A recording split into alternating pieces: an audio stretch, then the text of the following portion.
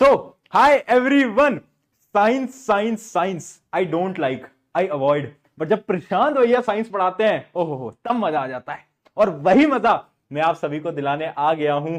आप सबने इतनी रिक्वेस्ट करी कि भैया क्लास 10th को तो आप पढ़ाते हो, हमारे सीनियर्स आपसे पढ़ रहे हैं, बोर्ड एग्जाम के अंदर फोड़ रहे हैं, हमें कब पढ़ाओगे, क्लास 9 को कब पढ़ाओगे। तो मेरे दोस्त, आप किसी चीज की डिमांड करो और मैं ना मानूं, ऐसा तो हो नहीं सकता ना यार। तो तुम्हारे लिए इस चैनल के ऊपर आज से शुरू कर रहे हैं क्लास 9 के हर एक चैप्टर के एक्सप्लेनेशन वन शॉट वीडियो। अब देखो, ये जो है ये वन शॉट सेशन रहने वाला है, बट इसके अंदर एनसीईआरटी की हर एक लाइन कवर कराऊंगा, ऐसे समझाऊंगा कि साइंस से प्यार हो जाएगा। फिर बोल रहा हूं, आज तक साइंस चाहे तुम्हें कितनी ही बोरिंग लगती हो, हम नए तरीके से पढ़ते हैं साइंस को, ऐसे तरीके से पढ़ेंगे तुम बोलोगे यार भैया साइंस में क्या मजा आता है, मजा आ जाता है पढ़ने में, ठीक है। और उसी के साथ पहले चैप्टर की शुरुआत कर रहे हैं, हमारा बायोलॉजी का लेक्चर नंबर 1 जो कि है फंडामेंटल यूनिट ऑफ लाइफ। इससे हम आज शुरुआत कर रहे हैं। आप कमेंट में मुझे जरूर बताना अगला चैप्टर आपको कौन सा चाहिए। अब देखो, साइंस की भी जिम्मेदारी मैंने ले ली है, टेंशन मत लो, सब कुछ कराऊंगा, ध्यान से कराऊंगा और परफेक्ट तरीके से बताऊंगा। साइंस में एक नंबर नहीं घटेगा, बस जितनी चीजें मैं बता रहा हूं उतनी चीजें बस तुम फॉलो करते रहना, ठीक है। और आज के सेशन को स्टार्ट करते हैं विद एक इंपॉर्टेंट लाइन। ये लाइन ना मैं अपने हर एक स्टूडेंट को बताता हूं, शायरी है। शायरी इस प्रकार है, मुस्कुराएं हमेशा छुपाएं गम, मुस्कुराएं हमेशा छुपाएं गम, उन्हें तो वक्त बताएगा कौन है हम। तो वो जो लोग जो तुमसे बोलते रहते हैं कि तुम्हारे साथ कुछ नहीं हो पाएगा, ये तो पढ़ने में बेकार है, ये तो कुछ नहीं कर पाएगा, उन लोगों को वक्त जवाब देगा, तुम बस मेहनत लगाते जाओ, ठीक है। तो स्टार्ट करते हैं पहला हमारा लेक्चर। देखो, एक दो चीजें मैं आपको बता देता हूं, करना क्या है। ये जो लेक्चर है, इसकी जो स्लाइड्स हैं, ये जो नोट्स हैं, ये नोट्स आपको डिस्क्रिप्शन में मिल जाएंगे या फिर टेलीग्राम ज्वाइन कर लेना, वहां मिल जाएंगे। दूसरी चीज, एक रफ नोटबुक लेकर बैठो। रफ नोटबुक क्यों? क्योंकि देखो, नोट्स अब साथ साथ में इतना टाइम नहीं होगा कि आप एक एक सारी लाइनें लिख लो, वो तो आप नोट्स बाद में डाउनलोड करके लिख लेना, बट जो चीज मैं बताऊंगा उसको रफ में नोट करना, ताकि आपके दिमाग के अंदर वो चीजें जल्दी जाएंगी। क्योंकि बच्चे बोलते हैं भैया चैप्टर मुश्किल है, बट मैं नहीं मानता। मैं बोलता हूं सबसे रद्दी चैप्टर है, मैं बोलता हूं सबसे रद्दी चैप्टर है। आज देखना कैसे कहानी से पढ़ेंगे, सेल वैक्यूल्स वगैरह सब एकदम प्यारे तरीके से पढ़ लेंगे, ठीक है। तो एक रफ कॉपी आपको लेकर बैठनी है। इसके अंदर हम क्वेश्चंस भी करेंगे, प्रीवियस ईयर के क्वेश्चंस जो कि डिफरेंट डिफरेंट स्कूल्स के अंदर आते हैं, वो क्वेश्चंस भी साथ साथ में डिस्कस करते जाऊंगा। जहां पर मैं बोलूं इंपॉर्टेंट, तो सोच लेना वो क्वेश्चन तुम्हारे पेपर के अंदर आएगा, ठीक है। तो चलो स्टार्ट करते हैं फटाफट से। टॉपिक्स क्या क्या पढ़ने वाले हैं। अच्छा, मैं आपको एक चीज बताने भूल गया। अगर आप एक ऐसे स्टूडेंट हो जो कि मुझे नहीं जानते, आज तक आप नहीं जानते प्रशांत भैया कौन है, तो पहली चीज मैं बता देता हूं, मेरा पूरा नाम है प्रशांत किराड़। एक एग्जाम होता है आईआईटी जेई का, जिससे कि आईआईटीज के अंदर एडमिशन मिलता है, वो मैंने क्रैक करा हुआ है। पिछले 4 साल से मैं class 10th, class 11th, class 12th JEE के स्टूडेंट्स को पढ़ा चुका हूं। क्लास 9th की क्लास पहली बार यूट्यूब के ऊपर ले रहा हूं, ऑफलाइन वगैरह में पढ़ाया, बट यूट्यूब के ऊपर हम पहली बार क्लास 9 को आज से पढ़ाना स्टार्ट कर रहे हैं। तो आप मुझ पर बिल्कुल भरोसा कर सकते हो और मुझे प्रशांत सर बोलने की जरूरत नहीं है, ठीक है। मैं आपका भैया हूं, ठीक है। क्यों? क्योंकि यहां पर सिर्फ पढ़ाऊंगा नहीं, चीजों को समझाऊंगा, रटाऊंगा नहीं, समझाऊंगा, इस वजह से मैं आपका भैया हूं, ठीक है। तो हमें बोलते हैं प्यार से प्रशांत भैया। चले शुरू करते हैं एक एक करके। Introduction to cell, cell theory, सब कुछ पढ़ेंगे। लास्ट टॉपिक होगा सेल डिवीजन। यहां से लेकर यहां तक एकदम क्लियर, क्रिस्टल क्लियर रहने वाला है। शुरुआत करते हैं भैया। ये सेल क्या है? जैसे ही सेल बोलते हैं ना, तो हमारे दिमाग में आता है क्या? रिमोट वाला सेल। दिखाता हूं, रुको रुको रुको रुको, ये वाला सेल, ये याद आ जाता है ना कि भैया एक सेल होता है जो कि हम रिमोट में लगाते हैं, एसी वगैरह, टीवी वगैरह ऑन कर देते हैं, इस टाइप का सेल हमें याद आ जाता है। बट ये वाले सेल की बात नहीं कर रहा, मैं बात कर रहा हूं हमारी बॉडी जिस सेल से बनी है। अब तुम्हारे मन में एक डाउट आ गया कि भैया केमिस्ट्री के अंदर तो बताया था कि ना सारा जो भी चीजें हैं वो एटम से बनी होती हैं, बताया ना एटम से बनी होती हैं। अब आप कह रहे हो सेल से बनी होती हैं, ये क्या बात हुई? मेरी जान सुन, ये जो पेन है, जितनी भी नॉन लिविंग चीजें हैं ना, वो सब एटम से बनी है। बट जितनी भी लिविंग चीजें हैं, जैसे कि आप, मैं, पेड़ पौधे, पक्षी, सब कुछ, ये सब सेल से बने हैं, सेल से बने हैं, ठीक है। तो इसलिए हम सेल को बोलते हैं फंडामेंटल यूनिट ऑफ लाइफ। अब एक चीज यहां पर बड़ी इंपॉर्टेंट है, मैं एक बड़ी ही इंपॉर्टेंट चीज आपको अभी बताने वाला हूं, ध्यान से सुनना। देखो, यहां पर एक लाइन लिखी हुई है। क्या लाइन लिखी हुई है? Fundamental unit of life. Directly question आता है एग्जाम्स के अंदर, स्कूल एग्जाम्स के अंदर, why cell is called fundamental unit of life. क्यों बोलते हैं सेल को? आंसर भी बड़ा सिंपल है, क्यों? क्योंकि जितनी भी चीजें हैं सेल से ही बनी है। आप और मैं जो खड़े हैं, हम सेल से बने हैं। अब आप पूछोगे भैया कैसे बने हम सेल से? समझाता हूं। एक बड़ी ही इंपॉर्टेंट साइकिल है, इस इंपॉर्टेंट साइकिल को ध्यान से देखना। जब नंबर ऑफ सेल्स कंबाइन होते हैं, जब सेल्स एक साथ आते हैं तो वो टिश्यूज को बनाते हैं। किसको बनाते हैं? टिश्यूज।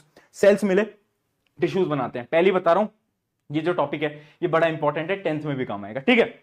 सेल मिले टिश्यूज बनाया, टिश्यू मिले ऑर्गन्स बनाए। ऑर्गन्स, किडनी, किडनी जिस किडनी को बेच के तुम आईफोन लेने के ख्वाब देखते रहते हो, वही वाली किडनी भैया, हाँ किडनी है ना। ऑर्गन्स बनाए, और ऑर्गन्स ने मिलकर क्या बनाया? ऑर्गन सिस्टम बनाया। जैसे कि अलग अलग सिस्टम होते हैं, एक्सक्रीटरी सिस्टम होता है, बहुत अलग अलग टाइप के सिस्टम होते हैं, और ऑर्गन सिस्टम ने कंबाइन करके बनाया ऑर्गेनिजम्स, जैसे कि तुम, मैं और पेड़ पौधे पक्षी। समझ पाए? तो सेल क्या होता है? Fundamental unit of life. Cell से ही सब कुछ बना है, आप में हर एक चीज सेल से बनी है। तो याद रखना, why cell is called fundamental unit of life. क्यों? क्योंकि entire functioning of living organism begins from basic unit called cell. जितनी भी हमारी फंक्शनिंग है, जो भी हम हैं, वो सेल से बनते हैं, इसलिए इसको फंडामेंटल यूनिट ऑफ लाइफ बोला जाता है। अब एक और बड़ी इंपॉर्टेंट चीज, एनसीईआरटी के अंदर एक लाइन लिखी है, और उसी लाइन पे आपके जो टीचर्स है ना, वो आपको एग्जाम के अंदर क्वेश्चन दे देंगे और तुम सोचोगे यार ये तो पढ़ा ही नहीं। मैं आज बता देता हूं। एक लाइन लिखी है कि cell is called building block of life. Why? क्यों? क्यों बोला जाता है बिल्डिंग ब्लॉक? मैं बताता। देख, बिल्डिंग ब्लॉक का क्या मतलब है? एक छोटा सा ब्लॉक है, उस ब्लॉक को तू जोड़ते जा, जोड़ते जा, जोड़ते जा, जोड़ते जा, एक बिल्डिंग बन जाएगी, है ना? है ना? यही करते हैं ना। सिमिलरली एक सेल को तुम जोड़ते जाओ, जोड़ते जाओ, जोड़ते जाओ, जोड़ते जाओ, तो टिश्यूज बन जाएंगे। टिश्यूज को जोड़ते जाओ, ऑर्गन बन जाएगा। Organ, organ system human being या फिर ऑर्गेनिज्म। इस वजह से सेल को क्या बोलते हैं? Building blocks. तो याद रखना, अ सेल कैन रेप्लिकेट। सेल अपनी 2 कॉपी बना सकता है, जैसे कि चिंटू लाल ने कॉपी बनाई, मिंटू लाल ने कॉपी बनाई। जैसे कि तुमने देखा होगा एग्जाम के अंदर, एक वो आपका एक स्टूडेंट होता है आपकी क्लास के अंदर, जो कि ना अपने सामने वाली की कॉपी पूरी की पूरी चीटिंग करता है। जब टीचर देखते हैं यार इसने भी सेम आंसर लिखा है, तूने भी सेम आंसर लिखा है, और ये लोग पकड़े तब जाते हैं जब दोनों के आंसर गलत निकलते हैं। टीचर बोलते हैं दोनों ने गलत आंसर लिखे, वो भी सेम, तब ये लोग पकड़े जाते हैं ना। तो क्या है? कॉपीज को रेप्लिकेट करते हैं। सिमिलरली सेल क्या करता है? खुद को रेप्लिकेट करता है। इस वजह से सेल बोला जाता है बिल्डिंग ब्लॉक ऑफ लाइफ। क्या ये पॉइंट क्लियर है? अरे समझ आ रहा है क्या? अरे यहां जा रहा है क्या यार? बता यार, दिमाग है? बिल्कुल है यार भैया, ऐसे क्या बात कर रहे हो यार? ठीक है, बहुत बढ़िया, बहुत बढ़िया, बहुत बढ़िया। आगे बढ़ते हैं फटाफट से। अब सेल की थोड़ी हिस्ट्री पढ़ते हैं, बट उससे पहले आपका जोश मीटर कितना है? जोश मीटर एक ऐसा मीटर है जो कि बताएगा आपका एनर्जी लेवल कितना है। तो आपका एनर्जी लेवल क्या है वो अभी मुझे बता दो, 100 में से कितना है एनर्जी लेवल। चलिए अब बात करते हैं कि जो हमारा सेल है ना, इसकी डिस्कवरी कहां से हुई? सेल की आखिर डिस्कवरी किसने करी? क्या बोला? तो एक नाम है, एक साइंटिस्ट का नाम है रॉबर्ट हुक। क्या है? Robert Hooke. अब देखो, पुराने जमाने में ना रॉबर्ट नाम बड़ा ट्रेंडिंग पे था। जैसे आज के समय पर आर्यन, नेहा, ये नाम बड़े ट्रेंडिंग है ना, तो उस टाइम पर रॉबर्ट नाम बड़ा ट्रेंडिंग था। तो जो भी साइंटिस्ट होता सब अपना नाम रॉबर्ट रख लेते हैं, ठीक है। तो ये रॉबर्ट जी ने क्या करा? रॉबर्ट जी ने सेल की खोज करी। इन्होंने बोला कि यार, मतलब उन्होंने बेसिकली क्या करा, पेड़ होता है ना, पेड़, उसका जो तना होता है, उस पार्ट को लाए, माइक्रोस्कोप सेट करा और देखा। तो उन्होंने देखा कि यार ये तो कुछ छोटे छोटे से पार्टिकल्स हैं, और उन पार्टिकल्स को उन्होंने नाम दिया सेल। ठीक है, तो पहली खोज किसने करी थी? रॉबर्ट हुक ने। बट याद रखना, इन्होंने जो सेल देखे थे ना, वो डेड सेल थे, वो जिंदा नहीं थे भैया, वो मरे हुए थे। कैसे? जो पेड़ है उसकी जो तना होती है ना, वो उसके अंदर जो सेल्स होते हैं वो डेड सेल होते हैं, वो जिंदा सेल नहीं थे। ठीक है, अब आते हैं दूसरे साइंटिस्ट। दूसरे साइंटिस्ट का नाम है एंटोनी। इसकी स्पेलिंग थोड़ी सही कर लेना, IE लगा के, एंटोनी वैन। एंटोनी वैन जी जो थे, उन्होंने क्या करा? बड़ी इंपॉर्टेंट चीज, एंटोनी वैन जी ने पहली बार लिविंग सेल को देखा, माइक्रोस्कोप के अंदर लिविंग सेल को देखा। तो अगर एग्जाम के अंदर क्वेश्चन आए कौन सा साइंटिस्ट था जिसने लिविंग सेल को देखा, तो याद रखना आंसर विल बी एंटोनी। और फर्स्ट टाइम किसने सेल को देखा? Answer will be Robert Hooke. Confuse मत होना बेटा। चलिए आगे बात करते हैं, अगले साइंटिस्ट की तरफ बढ़ते हैं। अगला साइंटिस्ट है मेरा रॉबर्ट ब्राउन। रॉबर्ट ब्राउन भैया जी ने क्या करा बताओ? रॉबर्ट ब्राउन भैया जी ने क्या करा? रॉबर्ट ब्राउन ने खोज करी सेल के न्यूक्लियस की। न्यूक्लियस क्या होता है? Brain of the cell. अभी कंफ्यूज मत हो भैया, यार ये न्यूक्लियस तो आपने बताया नहीं, बताऊंगा, सब कुछ बताऊंगा, भरोसा रख। आगे बढ़ते हैं, अगला है मेरा परकिंजी। ये ध्यान से देखना, परकिंजी ने खोज करी प्रोटोप्लाज्म की। प्रोटोप्लाज्म क्या होता है? Living part of the cell. भैया अब आप ये प्रोटोप्लाज्म भी नहीं पढ़ाया। अरे पढ़ाऊंगा ना यार, रुक तो जा, सबर तो रख, बस इतना याद रखना, protoplasm is living part of the cell. बहुत बढ़िया, बहुत बढ़िया। अब देखना, अब आए तीन भाई, तीनों तबाही। तीन भाई तीनों तबाही, मतलब एक्चुअली में तीन भाई नहीं थे, बट तीन लोग थे जिन्होंने मिलके सेल की थ्योरी दी, जिन्होंने बताया कि एक्चुअली में सेल है क्या, कैसे एग्जिस्ट करता है, सब कुछ बताया सेल के बारे में, जिसको हम बोलते हैं cell theory. Double star mark कर लेना, बार बार पेपर के अंदर क्वेश्चन आता है, एक्सप्लेन सेल थ्योरी। अब देखना, पहले साइंटिस्ट थे हमारे स्क्लेडन, है ना। अब ये जो स्क्लेडन थे ना, ये आए और इन्होंने बोला कि यार जितने भी पेड़ पौधे हैं ना, all plants are made up of cell, इन्होंने बोला। ठीक है, ठीक है। उसके बाद दूसरे साइंटिस्ट आते हैं, श्वान। श्वान जी ने बोला all animals are made up of cells, इनकी बात भी मान ली। अब ये जो तीसरे साइंटिस्ट थे ना, ये थे बैक बेंचर, मतलब वो नहीं होते, जैसे कि आप मान लो बैक बेंचर बैठा है और टॉपर आंसर दे रहा है, तो बैक बेंचर बोलता है ना मैम से, ma'am yes he is saying right. जैसे टीचर ने पूछा व्हाट इज माइटोकॉन्ड्रिया, वो टॉपर बता रहा है mitochondria is the power house of the cell, तो बैक बेंचर कह रहा है yes is power house of the cell, होते हैं ना। इसी प्रकार से ये थे हमारे तीसरे साइंटिस्ट रिडोल्फ। रिडोल्फ जी ने बोला ये जो दो लोग हैं ना, ये एकदम सही बोल रहे हैं, इनकी बात गलत नहीं है, बस मैं एक पॉइंट और जोड़ना चाहता हूं। इन्होंने एक पॉइंट जोड़ा कि एक सेल बाकी और सेल्स को बना सकता है, मतलब एक सेल डिवाइड होके और नए सेल्स को बना सकता है, जिसको हम बोलते हैं सेल डिवीजन, ये इन्होंने बोला। तो सेल थ्योरी के 3 पॉइंट्स याद रखना। पहला पॉइंट है all living organism are composed of cell, सारे लिविंग ऑर्गेनिज्म सेल से बने होते हैं। दूसरा पॉइंट क्या है देखना, दूसरा पॉइंट है all living organism could be made up of 1 और मोर सेल, जितने भी ऑर्गेनिज्म है या तो एक सेल से बने या तो एक से ज्यादा सेल से भी बन सकते हैं। थर्ड पॉइंट क्या है, the new cells arise from pre existing cells through the process of cell division. Cell division की मदद से नए सेल्स जनरेट होते हैं, किससे, पुराने सेल्स से। क्या है पॉइंट क्लियर, ये क्या है, सेल डिवीजन, है ना। तो ये 3 जो थे सेल थ्योरी के इंपॉर्टेंट पॉइंट हैं, पेपर में सवाल दिखेगा, याद रखना। 3 भाई तीनों तो भाई, बहुत बढ़िया बेटा, ऐसे बस हमें ऐसे याद कर लेंगे, ज्यादा मुश्किल कहां है ना। समझ आ रहा है, मजा आ रहा है, बहुत बढ़िया। चल बेटा आगे बढ़ते हैं, आजा आगे बढ़ते हैं। चल अब देख, सेल की खोज हो गई, सेल की थ्योरी भी लिख दी। अब ये जो सेल है ना, सेल ना बड़े डिफरेंट है, सेल का साइज अलग है, सेल के नंबर्स अलग हैं और सेल की शेप अलग अलग है। ऐसा नहीं है कि सेल गोल है, चौकोर है, ओवल है, नहीं, बहुत डिफरेंट शेप की है। तो चलो थोड़ा बहुत सेल के बारे में पढ़ते हैं, आ जाओ।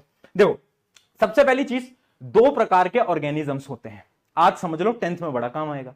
पहला टाइप के ऑर्गेनिजम्स होते हैं यूनिसेलुलर ऑर्गेनिजम्स। कौन कौन से, यूनी का मतलब क्या है, सिंगल। यूनी का मतलब क्या है, अकेला, जैसे कि तुम हो अपनी जिंदगी में अकेले सिंगल, वैसे ही यूनी का मतलब क्या है, सिंगल। ठीक है, यूनिसेलुलर ऑर्गेनिजम्स वो ऑर्गेनिजम्स होते हैं जो कि एक इकलौते सेल के बने होते हैं, याद रखेंगे। Unicellular organisms are those organisms that are made up of single cell, एक सेल के। ठीक है, क्लियर, आगे समझ। चलो मल्टी सेलुलर, नाम में ही मल्टी है, नाम में भी मल्टी है। अब तो तुम मल्टीप्लेयर गेम भी खेलते हो, है ना, ये जो तुम फ्री फायर वगैरह मल्टीप्लेयर गेम ही तो होता है। तो इसका क्या मतलब होता है, वो ऑर्गेनिजम्स जो कि एक या फिर मतलब एक से ज्यादा सेल से बने होते हैं। ठीक है, अब तुम्हारे मन में एक डाउट आ रहा होगा कि भैया हम ह्यूमन बीइंग है, हम तो मल्टी सेलुलर होते हैं, तो जो सिंगल सेल वाले ऑर्गेनिज्म होते हैं ना, इसका कुछ एग्जांपल दो जिससे हम समझ पाए। तो कोई बात नहीं, एग्जांपल दे देता हूं। एग्जांपल है इसके बहुत सारे, बैक्टीरियास, एक और ऑर्गेनिज्म होता है जिसको हम बोलते हैं protozoa, bacteria are the examples of unicellular. Multicellular के बहुत सारे एग्जांपल हैं, आप, मैं, प्लांट, पेड़ पौधे, सब। ठीक है, सब हम मल्टी सेलुलर है। बताओ, यहां तक की कहानी क्लियर, क्या बताओ जल्दी, आगे बढ़े। बहुत बढ़िया, चलो ये यहां तक एकदम समझ आ गया। ठीक है, यूनिसेलुलर का एक और एग्जांपल है पैरामीशियम, ये भी एक होता है जिसको आप 10th में पढ़ते हो।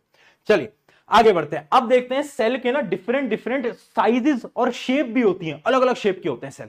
अब ये जो आपको स्क्रीन पे दिख रहा है ना, ये अलग अलग टाइप के सेल हैं। अभी आपको तक क्लियर नहीं दिख पा रहा होगा, मैं थोड़ा जूम करने की कोशिश करता हूं। देखो ये जो आप सेल देख पा रहे हो ना, इसको हम बोलते हैं नर्व सेल। ये पता कहां पर होता है, दिमाग में और आपके स्पाइनल कॉर्ड में, है ना। हाँ बेटा, वही दिमाग जो तुम्हारे दोस्त में थोड़ा बहुत कम है, बट ठीक है, दोस्त है तुम्हारा, चल जाएगा। तो समझ पाए, शेप देखो कैसी है, ये देखो शेप कैसी है, देख पा रहे हो कितनी अजीब सी शेप है ना। तो ये नर्व सेल है, इसको हम बोलते हैं ब्रांच एंड एलोगेटेड शेप। शेप बड़ी अलग अलग होती है। कुछ शेप आप देख सकते हो, जैसे कि आपका ओवम है, ये फीमेल का जो सेक्स सेल होता है, रिप्रोडक्शन में हम पढ़ते हैं ओवम, वो है ये। इसकी शेप देखो कैसी है, थोड़ी राउंड है। उसके अलावा आप देखो बोन के जो सेल्स हैं, उनकी शेप देखो कैसी होती है। आप देख सकते हो ऐसी शेप होती है, इसको हम बोलते हैं क्या, स्पिंडल शेप। क्या बोलते हैं, स्पिंडल शेप। तो ऐसे डिफरेंट शेप्स के होते हैं। तो ऐसा जरूरी नहीं है कि सेल है तो राउंड होगा, स्क्वायर होगा, रेक्टेंगल, ना। हर एक शेप का हो सकता है। क्लियर, यहां तक समझ आया? चलो बेटा आगे बढ़ते हैं फटाफट से। अब देखते हैं cell of different size. Shape भी अलग होती हैं और सेल के ना अलग अलग साइजेस भी होते हैं। कुछ सेल होते हैं जो कि बहुत बड़े हैं, कुछ सेल है जो कि बहुत छोटे हैं। सबसे बड़ा सेल जो कि इस दुनिया के अंदर है उसको हम बोलते हैं ऑस्ट्रिच एग। ऑस्ट्रिच एग जो है वो एक सेल है जो कि इतना बड़ा है। आपको पता है ऑस्ट्रिच एग का साइज क्या होता है? लार्जेस्ट सेल पे अगर सवाल है तो याद रखना ऑस्ट्रिच एग। और स्मॉलेस्ट कौन सा होता है? स्मॉलेस्ट होता है आपका माइकोप्लाज्म। क्या होता है? माइकोप्लाज्म। इसको नोट कर लो, वेरी इंपॉर्टेंट, बार बार ये सवाल पूछा जाता है। स्मॉलेस्ट सेल माइकोप्लाज्मा, एक प्रकार का क्या है? बैक्टीरिया। एक प्रकार का बैक्टीरिया क्या है? एक प्रकार का बैक्टीरिया। इन ऑर्गेनिजम्स को हम पीपीएलओ भी बोलते हैं, है ना? ये डी नहीं है ये बेटा, ओ है, ये ओ है ना। पीपीएलओ भी बोलते हैं बट वो आपके काम का नहीं है क्योंकि आपके सिलेबस में आपसे कोई भी पीपीएलओ वगैरह नहीं पूछने वाला। आपको इतना नाम याद रखना है, माइकोप्लाज्मा, ठीक है, नाम याद रखना है। और ये है लार्जेस्ट जो कि है आपका ऑस्ट्रिच एग। यहां तक सब कुछ क्लियर है तो आगे बढ़े, बताओ। चले आगे, चले आगे, चलो भैया आगे बढ़ जाते हैं। अब बात करते हैं सेल की। अब देखो हमने तो ये देख लिया कि सेल के डिफरेंट डिफरेंट साइजेस हैं, शेप हैं, नंबर हैं, सब कुछ डिफरेंट है। अब हम देखते हैं कि बेसिकली ये जो सेल है ना, ये है क्या, इसके अंदर क्या है। तो देखो हम ना ह्यूमन सेल को पढ़ेंगे, मतलब जो एनिमल का जो सेल होता है, प्लांट को भी पढ़ेंगे बट इंपॉर्टेंट जो है वो है आपका एनिमल का सेल। उसके अंदर क्या क्या होता है वो सब हमें पढ़ना है। तो एक बार थोड़ा रफ डायग्राम बनाते हैं और समझते हैं। कहानी की मदद से समझ लेंगे बेटा, मुश्किल नहीं, आसान है बहुत। सबसे रद्दी चैप्टर है, शुरू में बोला था, जब लेक्चर खत्म होगा बोलोगे हाँ यार भैया सबसे रद्दी चैप्टर। चलो देखो देखो, अब सेल की देखो शेप जो होती है ना बड़ी डिफरेंट होती है। जैसे कि मैं आपको दिखा भी देता हूं, ऐसे दिखते हैं सेल। बट क्या आपको एग्जाम के अंदर ऐसे डायग्राम बनाने हैं? ऐसे मत बना के आना, खुद से भी नहीं बनेंगे, पूरे एग्जाम में यही करते रह जाओगे।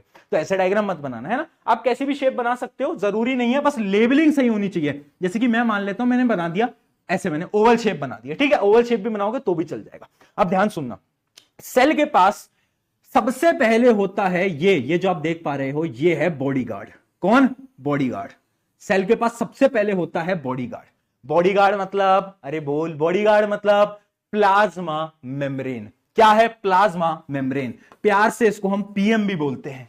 अरे वो वाले पीएम नहीं यार, तुम मुझे घर से उठवाओगे, सुन लो, प्लाज्मा मेम्ब्रेन। या फिर इसको हम बोलते हैं सेल मेम्ब्रेन यानी सीएम। देख रहे हो, पीएम सीएम एक साथ आ गए, क्या बात है।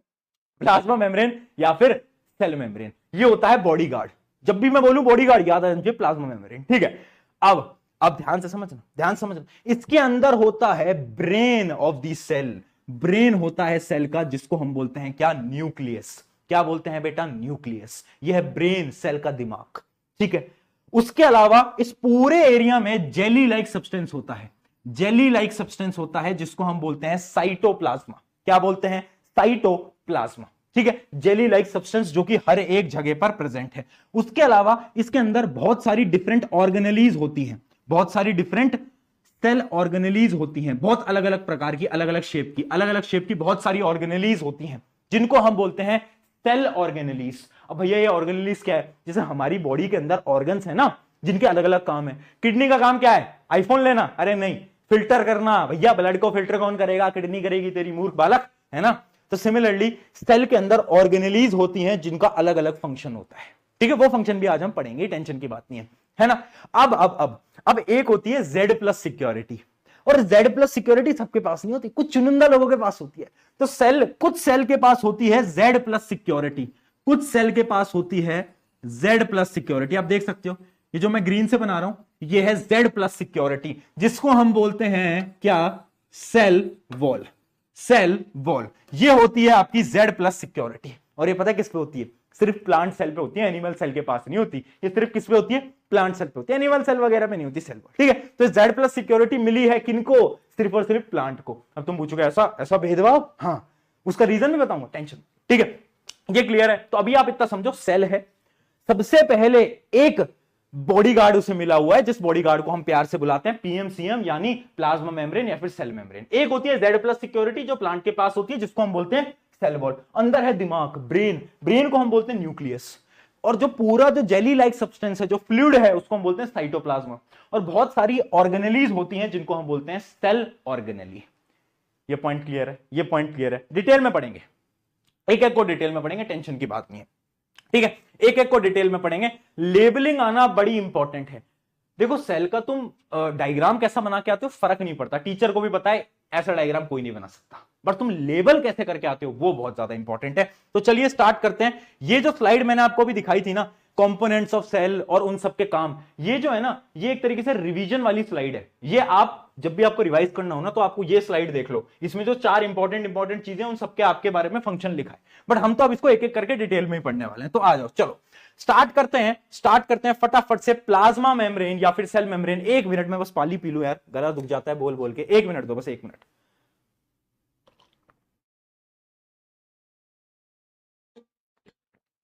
हाँ जी, करें स्टार्ट। चलो आ जाओ आ जाओ आ जाओ आ जाओ। अरे यही हूं यार, कहां गया क्या लिख रहे हो? यही हूं बेटा, यही हूं। ठीक है, चलो देखो, plasma membrane and cell membrane, सुनना मेरी बात, वेरी इंपॉर्टेंट। देखो ये एक तरीके से बॉडी गार्ड है। तो इसका क्या काम है? इसका काम है कोई भी अंदर आएगा तो उससे पूछेगा कि ओए क्या करने जा रहा है अंदर, क्यों जाना है अंदर। और जब भी कोई बाहर आएगा उससे पूछेगा क्यों जा रहा है बाहर, क्या करना है बाहर। बॉडी गार्ड का ये काम होता है। सेल मेम्ब्रेन या प्लाज्मा मेम्ब्रेन का भी यही काम है, ध्यान रखना। Outermost covering of the cell and it separates cell content from external environment, रोक के रखता है चीजों, जो भी चीज को अंदर आना है बाहर जाना है, परमिशन किसकी लगेगी? प्लाज्मा मेम्ब्रेन की। ठीक है, और इसका ना एक निकनेम है, जैसे तुम्हारा एक नाम होगा, वैसे इसको भी हम प्यार से क्या बुलाते हैं? इसको हम प्यार से बुलाते हैं selective permeable membrane. Very important, star mark कर लो, बार बार पूछा जाता है। इसका क्या मतलब है, मैं एग्जांपल समझाता हूं।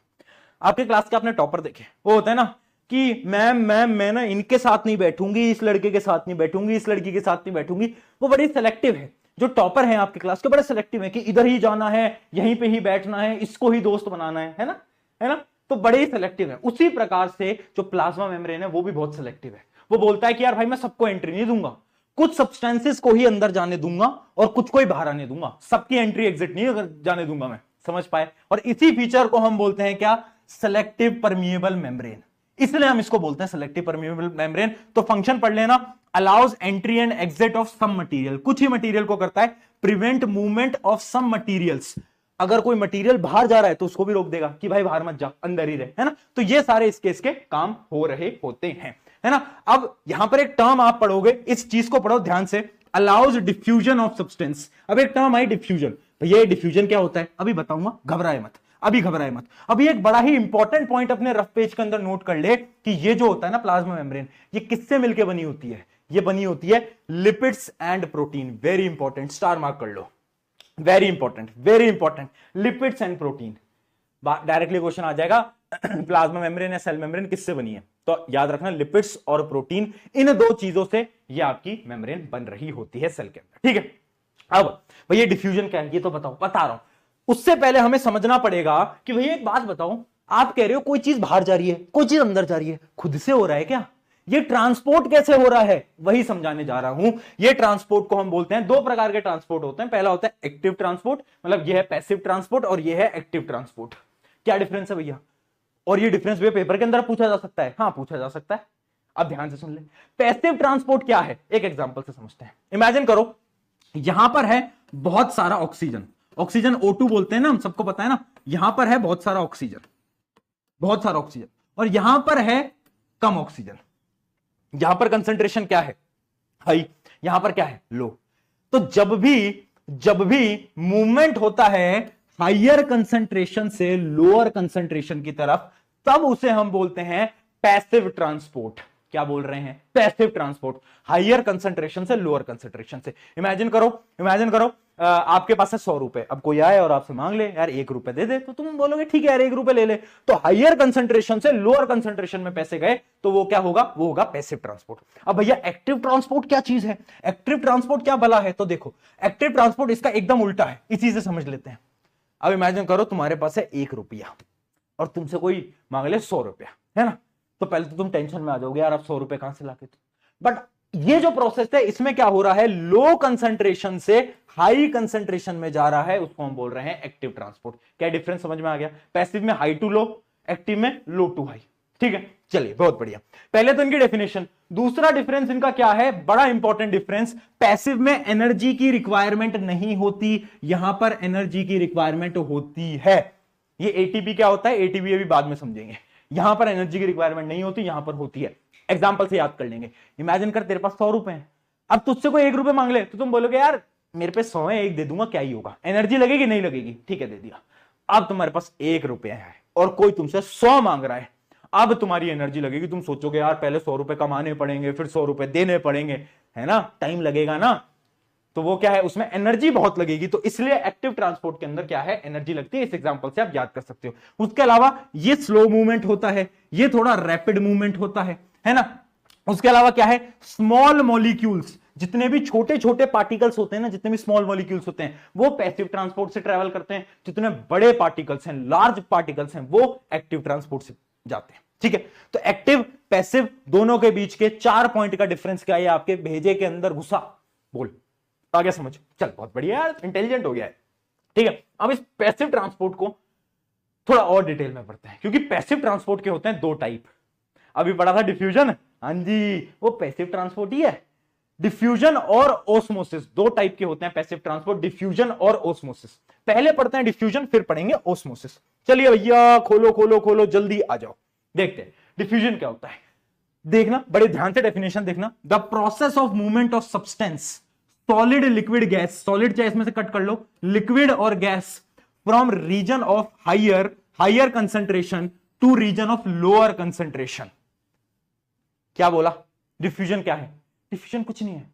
अगर कोई भी मटेरियल है, लिक्विड है, गैस है, और कुछ कुछ केस के अंदर सॉलिड भी होता है, तो सॉलिड लिक्विड गैस का जो भी मटेरियल है, जब भी उसका ट्रांसपोर्ट हायर कंसेंट्रेशन से लोअर में होगा तो उस प्रोसेस को हम बोलेंगे डिफ्यूजन। बस उस प्रोसेस को हम बोलेंगे डिफ्यूजन। क्या पॉइंट क्लियर, क्या है पॉइंट क्लियर, ये होता है आपका डिफ्यूजन। भैया फिर ये ओस्मोसिस क्या है, ओस्मोसिस क्या है, अब मैं आपको बताता हूं, पहले समझाता हूं फिर डेफिनेशन पढ़ाऊंगा, वरना तुम्हारा ये खाली हो जाएगा। सुनना, ओस्मोसिस क्या होता है, ओस्मोसिस होता है ट्रांसफर ऑफ लिक्विड। सिर्फ हम बात करेंगे यहां पर लिक्विड की, किसकी बात करेंगे, लिक्विड की। जब भी हम केवल लिक्विड की बात करें, ट्रांसफर कहां से, हायर कंसेंट्रेशन से लोअर कंसेंट्रेशन तक, जब भी हम लिक्विड की बात कर रहे हैं हायर से लोअर में, तब हम उसे ओस्मोसिस बोलते हैं। अब तुम्हारे दिमाग में सवाल आया, भैया डिफ्यूजन में सॉलिड लिक्विड गैस, उसके अंदर भी तो लिक्विड तो हो रहा था ना ट्रांसफर, तो डिफ्यूजन और ओस्मोसिस में डिफरेंस क्या है, डिफरेंस है मेरी जान, डिफरेंस समझो, डिफरेंस समझो। देखो देखो, इमेजिन करो ये सेल है,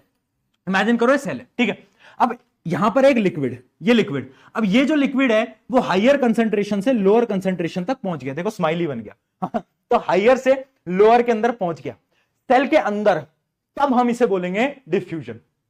बट ध्यान समझना, ओस्मोसिस क्या, जब भी पार्टिकल है सेल के बाहर और अब लिक्विड का ट्रांसपोर्ट होता है सेल के अंदर, अब आया ये अंदर, जब ये अंदर आया ना भैया लिक्विड, है ना, बीच में क्या था, सेमी परमिएबल मेम्ब्रेन, जब इस मेम्ब्रेन को क्रॉस करके आया तब हम बोलेंगे कि ओस्मोसिस हुआ है। तो याद रखना, ओस्मोसिस के अंदर सबसे बड़ी चीज जो है वो है सेमी परमिएबल मेम्ब्रेन। जब भी एक लिक्विड हायर से लोअर में जाएगा और सेमी परमिएबल मेम्ब्रेन को क्रॉस करेगा तो समझ जाना ओस्मोसिस हुआ है, चाहे बाहर से अंदर हो या फिर अंदर से बाहर गया हो, फर्क नहीं पड़ता। देख रहे हो क्या शानदार डायग्राम बन गया है ना। चलो अब डेफिनेशन रीड कर लेते हैं। देखो समझना इंपॉर्टेंट है, डेफिनेशन तो क्या है, रीड करो। Osmosis is the passage of water molecule across a semi-permeable membrane from solution with high concentration to solution with low concentration. आया आया आया, समझ में आया, चल भाई आगे बढ़े, ओस्मोसिस आ गया। ओस्मोसिस भी 2 टाइप के हैं भैया, यार आप यार जान ले लोगे क्या, पहले बोलते हो एक्टिव पैसिव, फिर पैसिव के आप 2 टाइप बताते हो, फिर ओस्मोसिस के 2 टाइप, अब जो सिलेबस में है वो तो पढ़ाऊंगा ना यार। देख 2 टाइप के होते हैं, एंडोऑस्मोसिस और एक्सोऑस्मोसिस, ठीक है, ध्यान समझना, दोनों इंपॉर्टेंट है। देखो एंडोऑस्मोसिस के अंदर क्या होता है, process in which water molecule enters in the cell. Endosmosis का मतलब है आपका एक सेल है, जब पानी उसके अंदर आया, जब बाहर था, सोल्यूशन मतलब बाहर था, जो लिक्विड है वो बाहर था। मैंने आपको बताया था ना कि ओस्मोसिस जब बाहर से अंदर आएगा, अंदर से बाहर जाएगा, दोनों केसेस के अंदर ओस्मोसिस है। जब लिक्विड बाहर से अंदर आता है तो सेल आपका स्वेल हो जाता है, फूल जाता है, उस प्रोसेस को हम बोलते हैं एंडोऑस्मोसिस, पानी का अंदर आना, और पानी का बाहर जाना उसको हम बोलते हैं एक्सोऑस्मोसिस। एक बात बताओ, जब पानी बाहर जाएगा सेल की क्या हालत होगी, सेल बेचारा सुकड़ जाएगा, सेल श्रिंक हो जाएगा। क्लियर, बोल यार, आ गया, बहुत बढ़िया यार, है ना। तो इस डायग्राम से आप देख सकते हो, एंडोऑस्मोसिस के अंदर अंदर जा रहा है पानी और ये फूल जा रहा है, यहां पर बाहर जा रहा है और ये श्रिंक हो जा रहा है। ठीक है, चलो भैया आगे बढ़ते हैं। अब आ रहा है एक ऐसा टॉपिक जिसमें कि बच्चों को इतना डर लगता है ना। बस उस टॉपिक से पहले एक बार डिफ्यूजन और ऑस्मोसिस के डिफरेंस होते हैं, तो ये डिफरेंस कभी कभार स्कूल के पेपर के अंदर पूछ लिया जाता है कि डिफरेंस बिटवीन ऑस्मोसिस एंड आपका जो डिफ्यूजन है, तो याद कर लेना। इसके इस पूरी टेबल के अंदर से कोई भी 3 या 4 पॉइंट याद कर लो, 3 या 4 पॉइंट याद कर लेना, उतना आपके लिए सफिशिएंट है ना। 3 या 4 पॉइंट कोई भी आप याद कर लोगे उतना आपके लिए सफिशिएंट है, उतने में काम चल जाएगा। बाकी डिफ्यूजन और ऑस्मोसिस का मेन डिफरेंस क्या है? सेमी परमिएबल मेम्ब्रेन, याद रखना, सेमी परमिएबल मेम्ब्रेन। बीच में अगर सेमी परमिएबल मेम्ब्रेन आ गई तो ऑस्मोसिस, अगर नहीं आई तो डिफ्यूजन। बहुत बढ़िया है ना, ये स्लाइड आपको मिल जाएगी, इसको इसमें से 3 या 4 पॉइंट याद कर लेना। अब बढ़ते हैं सबसे एक ऐसा टॉपिक जिसमें बच्चे बोलते हैं भैया यार सब समझ आ गया, बस एक टाइप ऑफ सॉल्यूशन समझ नहीं आते। स्कूल के अंदर पढ़ाया था हाइपरटोनिक, हाइपोटोनिक, आइसोटोनिक। भैया यार आप समझाते, मैं समझाता हूं। देख, हाइपर बोलते हैं ना कि एक बच्चा हाइपर इंटेलिजेंट है, इसका क्या मतलब है? बहुत ज्यादा। हाइपर का मतलब क्या है? वर्ड्स को डिकोड करते हैं। हाइपर का मतलब है बहुत ज्यादा हाई, है ना, है ना। अब इसको समझने के लिए हम बड़े ही सिंपल एक एग्जांपल उठाते हैं, बड़ी आसानी से समझ लेंगे बेटा। आ जाओ, देखो, इमेजिन करो मैं ग्लास के अंदर पानी लेता हूं और उसमें चीनी मिलाता हूं, ठीक है। तो जो पानी है वो मेरा क्या है? सॉल्वेंट। पानी क्या है? सॉल्वेंट। और जो चीनी है वो मेरी क्या है? सॉल्यूट। क्या है? सॉल्यूट। पानी क्या है? सॉल्वेंट। चीनी क्या है? सॉल्यूट। ठीक है। अब ले लो, मैंने यहां पर बहुत सारा पानी लिया, है ना, मैंने यहां पर बहुत सारा पानी लिया और उसके अंदर मैंने चीनी मिलाई, चीनी मिलाई, चीनी मिलाई, चीनी मिलाई। अब चीनी मिल गई और मैंने बहुत सारी चीनी मिला दी, मतलब सॉल्यूट की जो मात्रा है, क्वांटिटी है, वो बहुत ज्यादा हाई है। जब भी एक सॉल्यूशन के अंदर सॉल्यूट बहुत ज्यादा होता है, याद रखना मैं क्या बोल रहा हूं, चीनी बहुत ज्यादा होती है, सॉल्यूट बहुत ज्यादा होता है। चीनी जस्ट मैंने एक एग्जांपल लिया आपको आसान समझाने के लिए, ठीक है। एक्चुअली में चीनी नहीं होती यहां पर, सॉल्यूट बहुत ज्यादा होता है, तो उस केस को हम बोलते हैं क्या? हाइपरटोनिक। हाइपरटोनिक। क्या ये बात गई भेजे में? गई। हाइपरटोनिक क्या हुआ? जब सॉल्यूट की अमाउंट बहुत ज्यादा, चीनी बहुत ज्यादा है ना, चीनी बहुत ज्यादा है, चीनी बहुत ज्यादा है, ठीक है। और हाइपोटोनिक क्या होता है? हाइपोटोनिक सॉल्यूशन इसका उल्टा, जहां पर सॉल्यूट बहुत कम है, चीनी बहुत कम है। तो हाइपर, हाइपर मतलब बहुत ज्यादा। क्या ज्यादा? चीनी बहुत ज्यादा है, याद रखना, सॉल्यूट बहुत ज्यादा है। और हाइपो, हाइपो का मतलब क्या है? वाटर बहुत ज्यादा है, सॉल्यूट बहुत कम है, ठीक है। और तीसरा होता है आइसो। आइसोटोनिक मतलब सेम, सेम, है ना, कुछ भी ज्यादा नहीं है, कुछ भी कम नहीं है, ठीक है। अब समझते हैं बड़े ही इंपॉर्टेंट चीज से, देखना, देखना, अब समझना, मैं समझा रहा हूं बेटा, बड़ा इंपॉर्टेंट एग्जांपल है। देखना, इमेजिन करो मेरे पास है हाइपरटोनिक सॉल्यूशन। इस हाइपरटोनिक सॉल्यूशन के अंदर मैं अपना सेल डाल देता हूं, मैं अपने सेल को इसके अंदर डाल देता हूं। ये डाल दिया मैंने सेल, ये है मेरा सेल, ठीक है। अब एक बात बताओ, हाइपरटोनिक क्या है? सॉल्यूट बहुत ज्यादा है। सॉल्यूट कहां पर है? सॉल्यूशन में। सॉल्यूट सेल के अंदर तो नहीं है, यहां पर है ना, सॉल्यूशन में, सॉल्यूशन में है ना। बोल, समझ ले बेटा, बड़ा मुश्किल टॉपिक लगता है बच्चों को, आसानी समझा रहा हूं। देख, कहां पर है सॉल्यूट ज्यादा? सॉल्यूशन के अंदर, इसके अंदर, सेल के अंदर बहुत कम है। बट पानी कहां ज्यादा है? पानी कहां ज्यादा है? सॉल्वेंट कहां ज्यादा है? सॉल्वेंट है सेल के अंदर। सेल के अंदर है ना पानी ज्यादा, सेल के अंदर है पानी ज्यादा, है ना, बाहर तो सॉल्यूट ज्यादा है ना। तो पानी कहां से कहां जाएगा? हायर से लोअर। तो पानी कहां मूव करेगा? सेल से पानी मूव करेगा बाहर, बाहर, बाहर, बाहर। और सेल क्या कर जाएगा? श्रिंक। क्या कर जाएगा? श्रिंक। इसका मतलब जब भी हाइपरटोनिक सॉल्यूशन है, मान लो मैंने उस सेल को डाला हाइपरटोनिक के अंदर, क्या होगा? जितना भी पानी है, जितना भी पानी है सेल का, वो खींच लेगा और सेल बेचारा श्रिंक हो जाएगा। समझ पाए क्या कॉन्सेप्ट था? कॉन्सेप्ट ये था कि याद रखना, हाइपरटोनिक, हाइपर क्या ज्यादा है? ज्यादा है सॉल्यूट, चीनी बहुत ज्यादा है। चीनी के पानी के अंदर मैंने सेल को डाल दिया। अब भैया पानी कहां ज्यादा है? पानी है सेल के अंदर, क्योंकि वो जो नॉर्मल जो वाटर है हाइपरटोनिक, उसके अंदर तो चीनी ज्यादा है ना, पानी कम है। तो पानी कहां से कहां मूव करेगा? सेल से बाहर। समझ गए? समझ गए। अब देखना इसका दूसरा एग्जांपल जो कि है हाइपोटोनिक। अब इमेजिन करो, इमेजिन करो ये है मेरा हाइपोटोनिक। अब इमेजिन करो ये है मेरा हाइपोटोनिक। हाइपोटोनिक का मतलब क्या है? सॉल्यूट बहुत कम है, सॉल्यूट ना के बराबर है। तो ये जो सॉल्यूशन है इसके अंदर सॉल्यूट नहीं है, बट सेल के अंदर थोड़ा बहुत सॉल्यूट तो है, थोड़ा बहुत सॉल्यूट तो है। तो अब सॉल्वेंट की मात्रा कहां ज्यादा, पानी की मात्रा कहां ज्यादा है? बताओ। पानी की मात्रा है बाहर, यहां पर बाहर, पानी की मात्रा है बाहर ज्यादा, पानी बाहर ही है ना ज्यादा।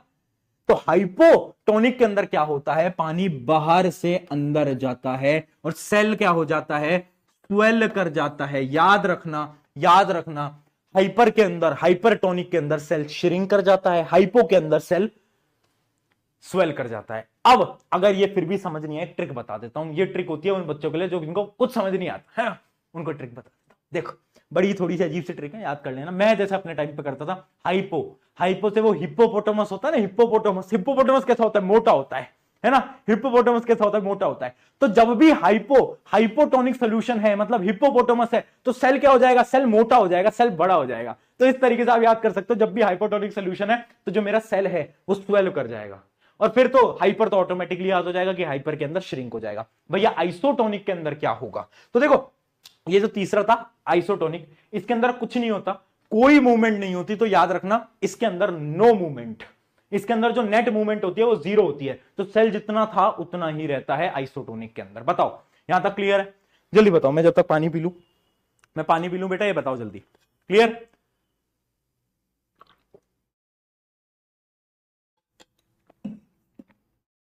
चलो चलो जल्दी जल्दी, याद रहेगा, हाइपो, हिप्पोपोटामस, स्वेल, ठीक है। चलो बहुत बढ़िया, आगे बढ़ जाते हैं, आगे बढ़ जाते हैं फटाफट से।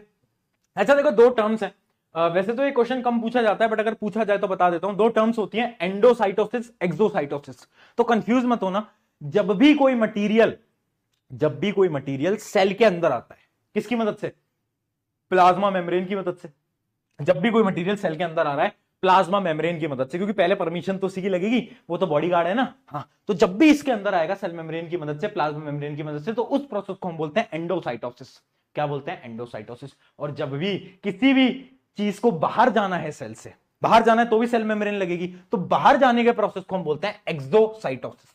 तो कंफ्यूज मत होना, कहीं पर भी पूछा जाए एंडोसाइटोसिस, एक्सोसाइटोसिस, तो इतना पता होना चाहिए कि किसी भी चीज का अंदर आना, सेल के अंदर आना, उसको हम एंडोसाइटोसिस बोलते हैं, और बाहर जाने को एक्सोसाइटोसिस बोलते हैं। ठीक है, तो एंडो मतलब अंदर आ जा भैया, एक्सो मतलब बाहर चले जा। बहुत बढ़िया, आगे बढ़ते हैं। चलिए अब बात करते हैं जेड प्लस सिक्योरिटी की। जब से हमने जेड प्लस सिक्योरिटी की बात नहीं करी है ना भैया, आपने बताया प्लांट्स के पास में एक जेड प्लस सिक्योरिटी होती है जिसको हम बोलते हैं सेल वॉल। यस बिल्कुल होती है भैया। ये बताओ सेल वॉल बनी किस चीज की होती है, तो ये जो सेल वॉल होती है ना, ये सेलुलोज की बनी होती है। किसकी बनी होती है बेटा, सेलुलोज की। याद रखना, very important, it is made up of cellulose. Bar bar question पूछा जाता है, ठीक है।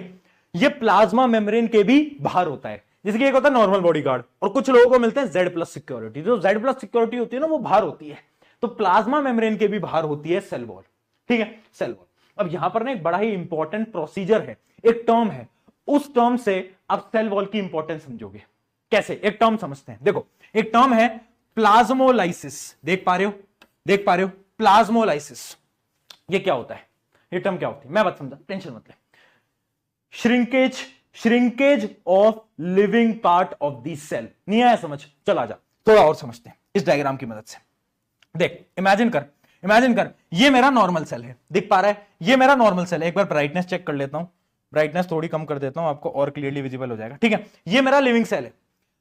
अब ये जो मेरा प्लांट का सेल है, इमेजिन करो इसको मैंने हाइपरटोनिक सोल्यूशन के अंदर डाल दिया। हाइपरटोनिक क्या होता है, हाइपरटोनिक के अंदर क्या होता है, सेल श्रिंक कर जाता है।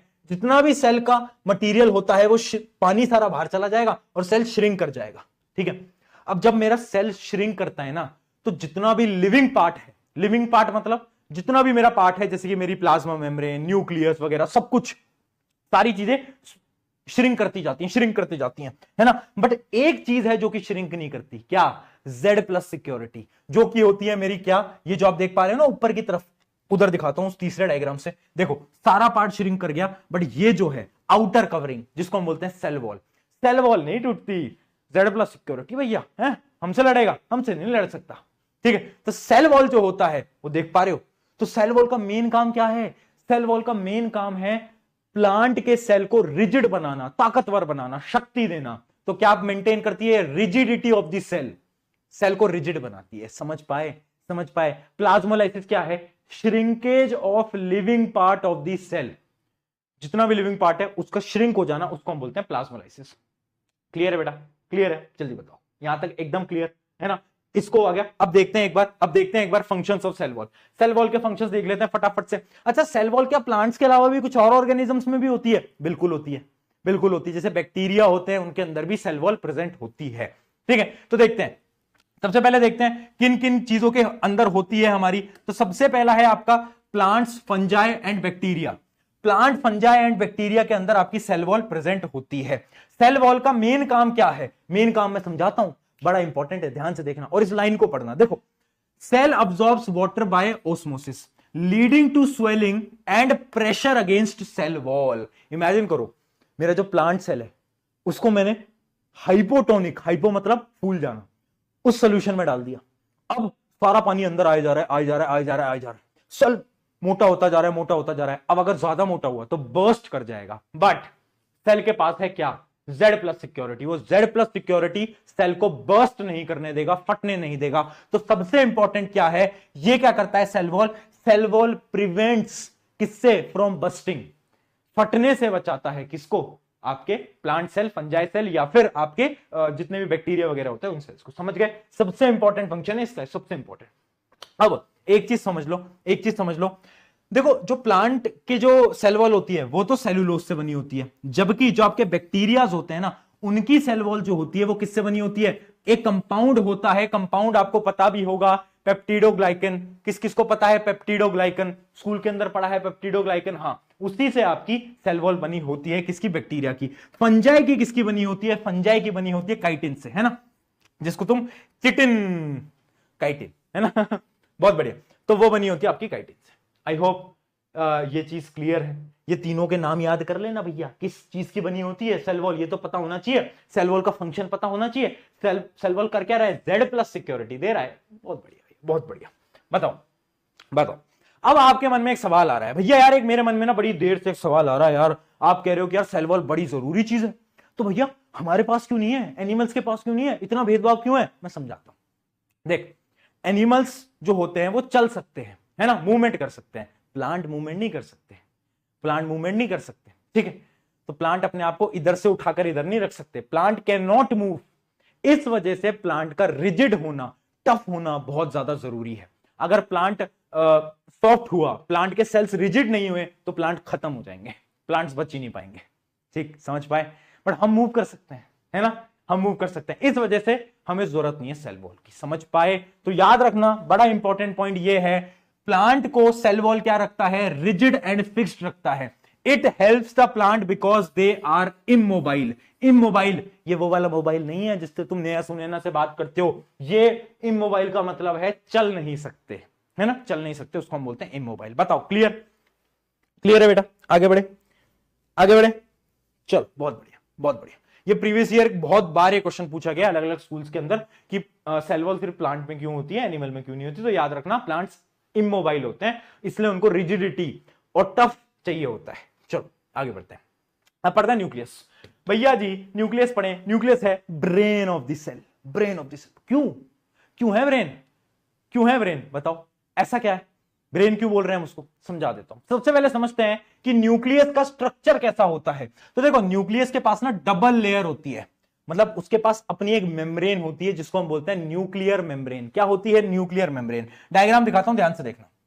देखो, ध्यान से देखना ये है न्यूक्लियस का डायग्राम। आप देख सकते हो, एक लेयर, दो लेयर। क्या है ये? Nuclear membrane. इस लेयर को हम बोलते हैं न्यूक्लियर मेम्ब्रेन।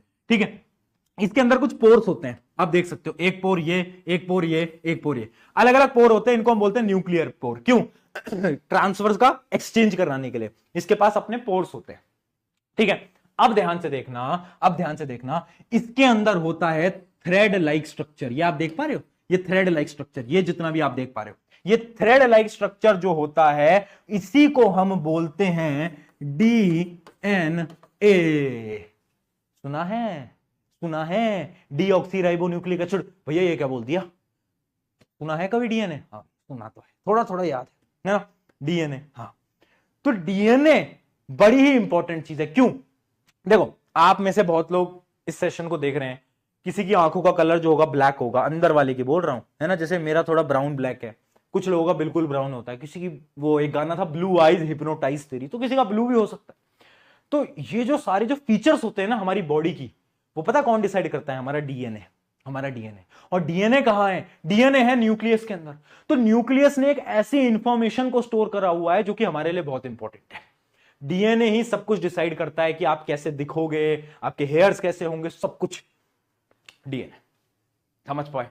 तो डीएनए वेरी इंपॉर्टेंट है, इसी वजह से हम इसको बोलते हैं brain of the cell. Nucleus को ब्रेन ऑफ द सेल इसलिए बोला जाता है क्योंकि इसके पास एक थ्रेड लाइक स्ट्रक्चर होता है जिसको हम बोलते हैं डीएनए। डीएनए की फुल फॉर्म नोट कर सकते हो, डीऑक्सी राइबो न्यूक्लिक एसिड। यहां पर लिखी होगी, दिखा भी देता हूं, आ जाओ। यहां पर लिखी भी होगी, दिखा भी देता हूं। Deoxy ribo nucleic acid, deoxy ribose nucleic acid, ठीक है, इसको हम बोलते हैं डीएनए। क्लियर? एक आरएनए भी होता है, तो आरएनए बस ये डीऑक्सी हटा दो, राइबोस न्यूक्लिक एसिड लिख दो, वो आपका आरएनए हो जाता है। बाकी टफ नहीं है, बड़ा सिंपल है ना? तो वो हो जाता है आपका राइबोस न्यूक्लिक एसिड। चलो भैया, बहुत बढ़िया। तो आई होप ये आपको समझ आ गया डीएनए। अब ना यहाँ पर कुछ टर्म्स हैं जो कि आपको समझनी पड़ेंगी। अब वो टर्म्स बड़ी इंटरेस्टिंग है पर थोड़ी टफ भी है ना? 10th में बड़ा काम है। 10th में एक चैप्टर होता है हेरिडिटी, उसको पढ़ने के लिए आपको ये चीज समझनी पड़ेगी। मैं हर साल 10वीं के बच्चे को पढ़ाता हूं और उनको पता ही नहीं होता। मैं बोलता हूँ 9th में नहीं पढ़ा था भैया, 9th में तो मजे कर रहे थे। मैंने कहा यार तुमने मुझसे नहीं पढ़ा था ना, बट तुम पढ़ के आ रहे हो मुझसे, तो अब ध्यान से सुन लेना, ध्यान से देखो। देखो, दो टर्म्स होती हैं वेरी इंपॉर्टेंट। पहली टर्म होती है क्रोमेटिन। क्रोमेटिन क्या होता है? क्रोमेटिन क्या होता है? आपका डीएनए जो है ना, ये डीएनए जो है ना आपका थ्रेड लाइक स्ट्रक्चर, ये थ्रेड लाइक स्ट्रक्चर जब रेंडमली डिस्ट्रीब्यूटेड है, पड़ा हुआ है ऐसे, है ना, इधर एक इधर पड़ा, एक इधर पड़ा, एक उधर पड़ा है ना, ऐसे अलग अलग जगह पे। जब आपका डीएनए क्या है, रेंडमली डिस्ट्रीब्यूटेड है न्यूक्लियस के अंदर, तब हम उसे बोलते हैं क्या? क्रोमेटिन। क्या बोलते हैं? क्रोमेटिन। हम उसको क्या बोलते हैं? क्रोमेटिन, ठीक है। बट जब आपका एक टाइम ऐसा आता है, मैंने आपको शुरू में ही बताया था सेल थ्योरी के अंदर, एक सेल डिवाइड होकर नए सेल बनाता है। जब आपका सेल डिवाइड होता है ना, तो पता है क्या होता है? ये जो न्यूक्लियस का जो डीएनए होता है ना, ये एक कॉइल्ड फॉर्म के अंदर आ जाता है। ऐसे दो डीएनए जो होते हैं वो मिल जाते हैं और ऐसे कॉइल बना देते हैं। क्या बना देते हैं? कॉइल।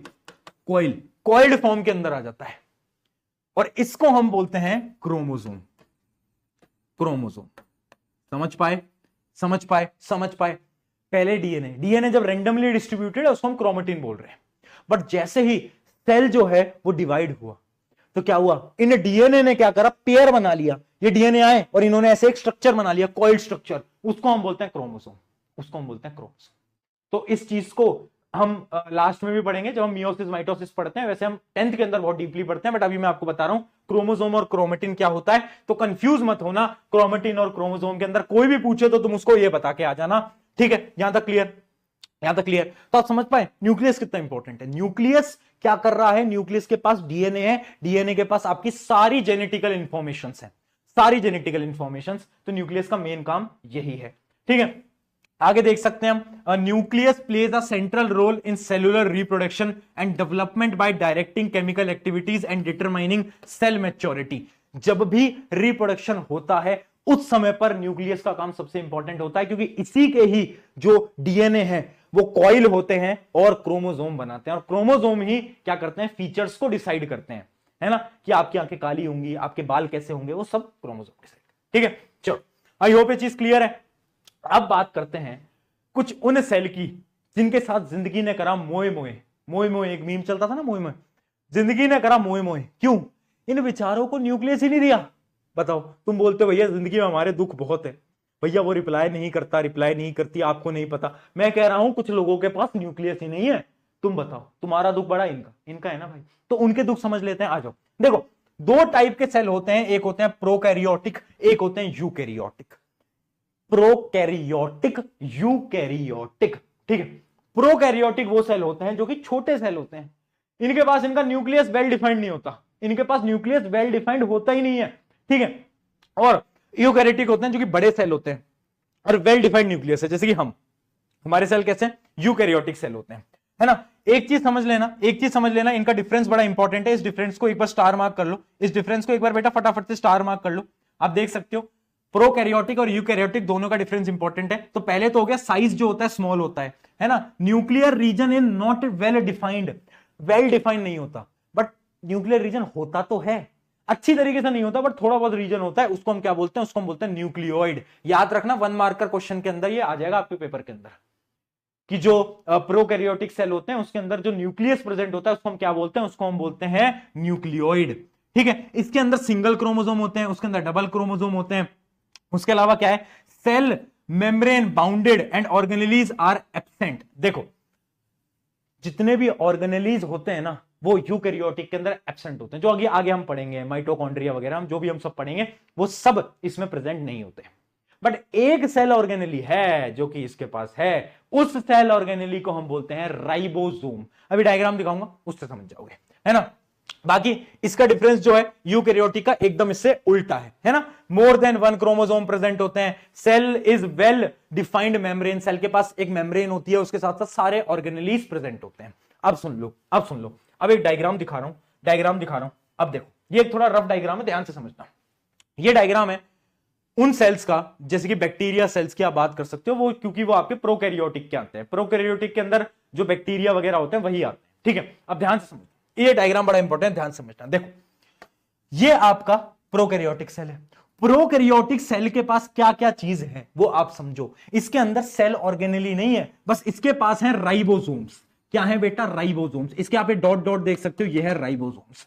उसके अलावा क्या है, उसके अलावा जो डीएनए है ना, डीएनए वो फैला हुआ है, डीएनए पड़ा हुआ है, यहां पर डीएनए पड़ा हुआ है ना। और उसी रीजन को हम क्या बोल देते हैं, उस रीजन को हम बोलते हैं न्यूक्लियोइड, है ना। उसी रीजन को हम बोल दे रहे हैं न्यूक्लियोइड। न्यूक्लियस नहीं है, डीएनए पड़ा हुआ है और उस रीजन को हम न्यूक्लियोइड बोल रहे हैं। और इसके पास होती है इसकी सेल वॉल, Z+ सिक्योरिटी। मैंने बताया था बैक्टीरिया के पास होती है Z+ सिक्योरिटी, याद रखेंगे। तो ये होता है सेल वॉल। उसके अलावा एक पीछे पूंछ सी देख सकते हो, इसको हम बोलते हैं क्या, फ्लैजेला। क्या बोलते हैं, फ्लैजेला। ये क्या काम आती है, ये मूवमेंट के काम आती है, सेल के मूवमेंट के काम आती है, ठीक है। तो ये डायग्राम वैसे पूछा नहीं जाता, बट कभी देखो स्कूल का एग्जाम है, स्कूल में कुछ भी पूछ सकते हैं टीचर, तो अगर आपको उन्होंने पढ़ाया है तो बिल्कुल पूछ सकते हैं, है ना।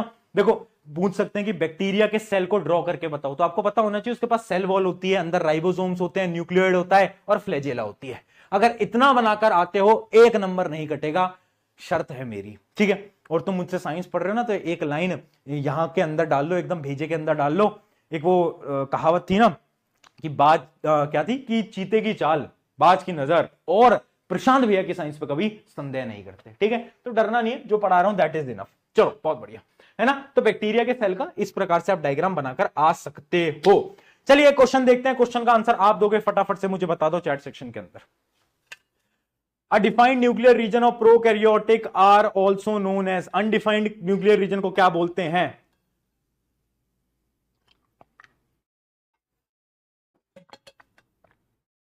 बहुत बढ़िया, न्यूक्लियर्स बोलते हैं भैया, और क्या बोलते हैं भाई। एक तो रद्दड़ रद्दड़ क्वेश्चन मत दिया करो, है ना। आप पढ़ा रहे हो इतना सिंपल सा क्वेश्चन, न्यूक्लियर बोलते हैं। चलो आगे बढ़ते हैं, है ना। अब पढ़ते हैं यूकैरियोटिक सेल्स की सेल ऑर्गेनेलीज के बारे में। सेल ऑर्गेनेलीज के बारे में मैंने शुरू में बताया था, क्या बताया था, आउटर कवरिंग, बॉडीगार्ड।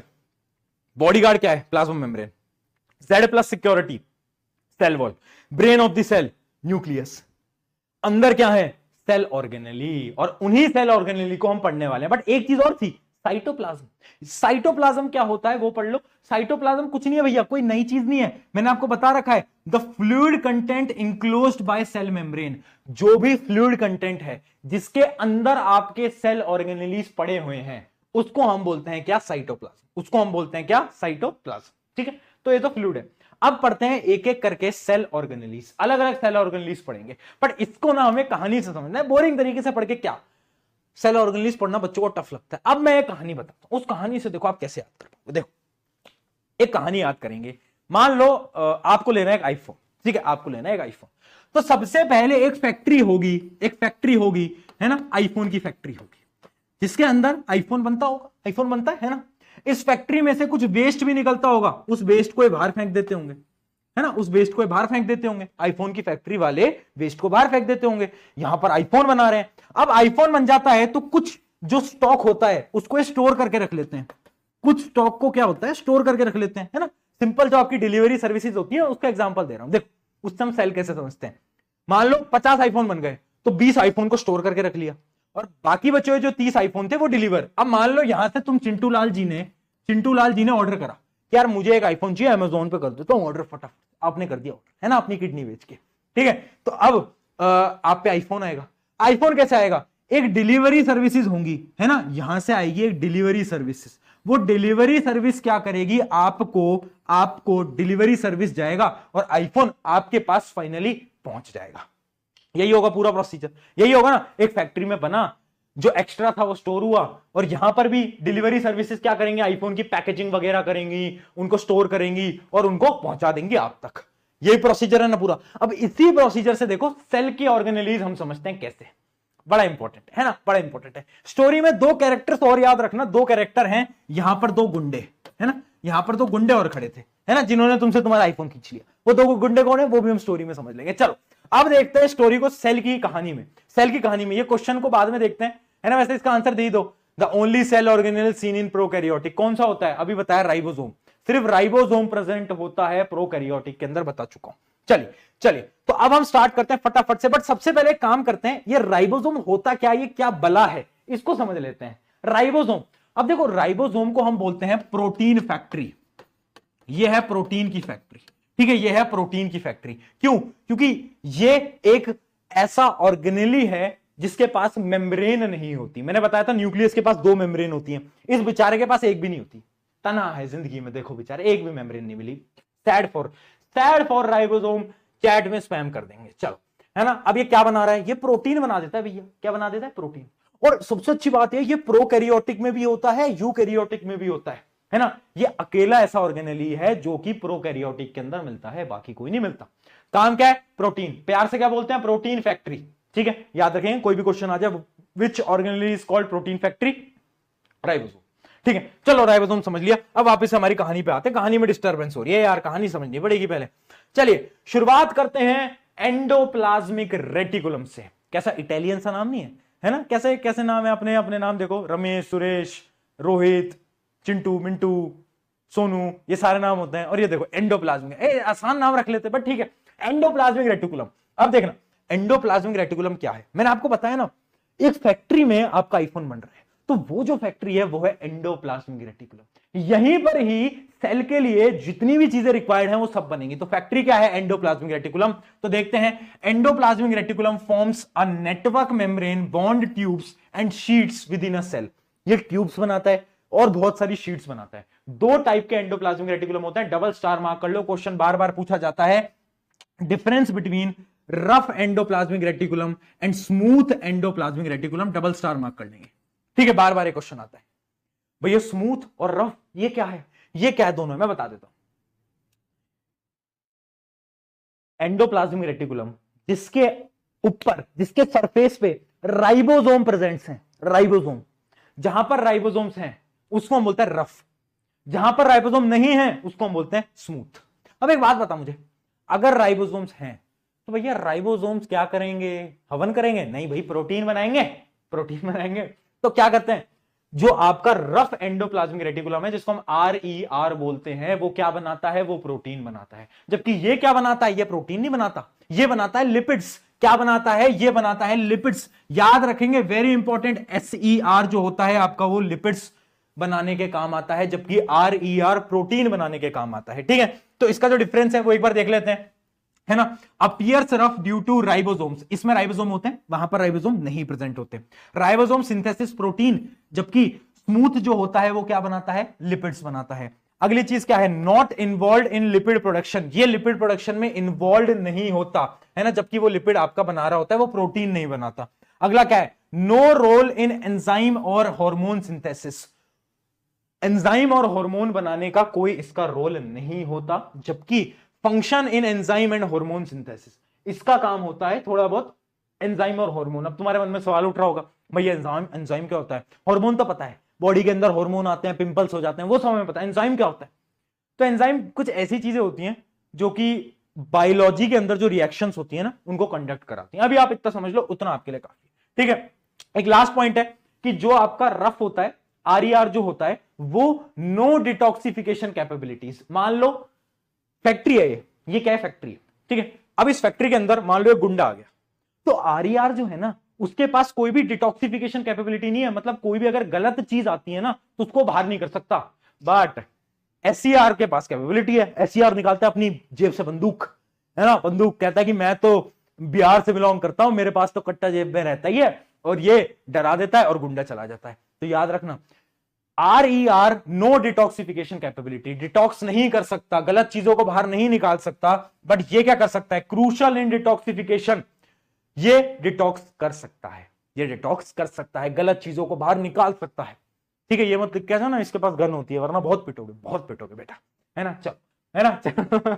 चलो, फैक्ट्री समझ ली, फैक्ट्री आ गई, क्लियर, फैक्ट्री हो गया। चलो, अब आईफोन बन गया फैक्ट्री में। अब फैक्ट्री से बनने के बाद मुझे बताओ, फैक्ट्री से बनने के बाद, इस क्वेश्चन को छोड़ो, फैक्ट्री से बनने के बाद क्या होगा। अच्छा, वो क्वेश्चन कुछ इंपॉर्टेंट था क्या, क्या था, हाँ बता ही दो। Lipids molecules in cells are synthesized by, lipids कहां बनते हैं, कहां बन, मैंने बताया अभी, स्मूथ, RER में प्रोटीन, SER में लिपिड्स। बहुत बढ़िया, तो ये तो आपको पता ही है ना। चलो आगे बढ़ते हैं। अब बढ़ते हैं, देखो मैंने आपको क्या बताया, मैंने आपको इतना बताया कि आईफोन बन गया, अब आईफोन को डिलीवरी भी तो कराना है। अब ये डिलीवरी कौन करेगा भैया, कौन है जो डिलीवरी करेगा, तो वो डिलीवरी करता है कौन, गोल्गी एपेरेटस, गोल्गी एपेरेटस।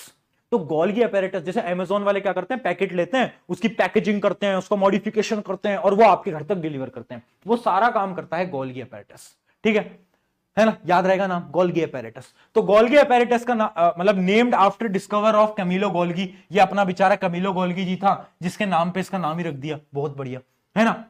अगली चीज क्या है, इसकी शेप कैसे होती है, आपको इसका थोड़ा सा अंदाजा लगाता हूं। देखो, ये आप डायग्राम देख सकते हो, parallel sheets, parallel sheets, parallel sheets, parallel sheets. तो इसका मतलब है गोल्गी एपेरेटस ना पैरेलल शीट्स होती हैं, ऐसे ऐसे ऐसे ऐसे ऐसे ऐसे, समझ पाए।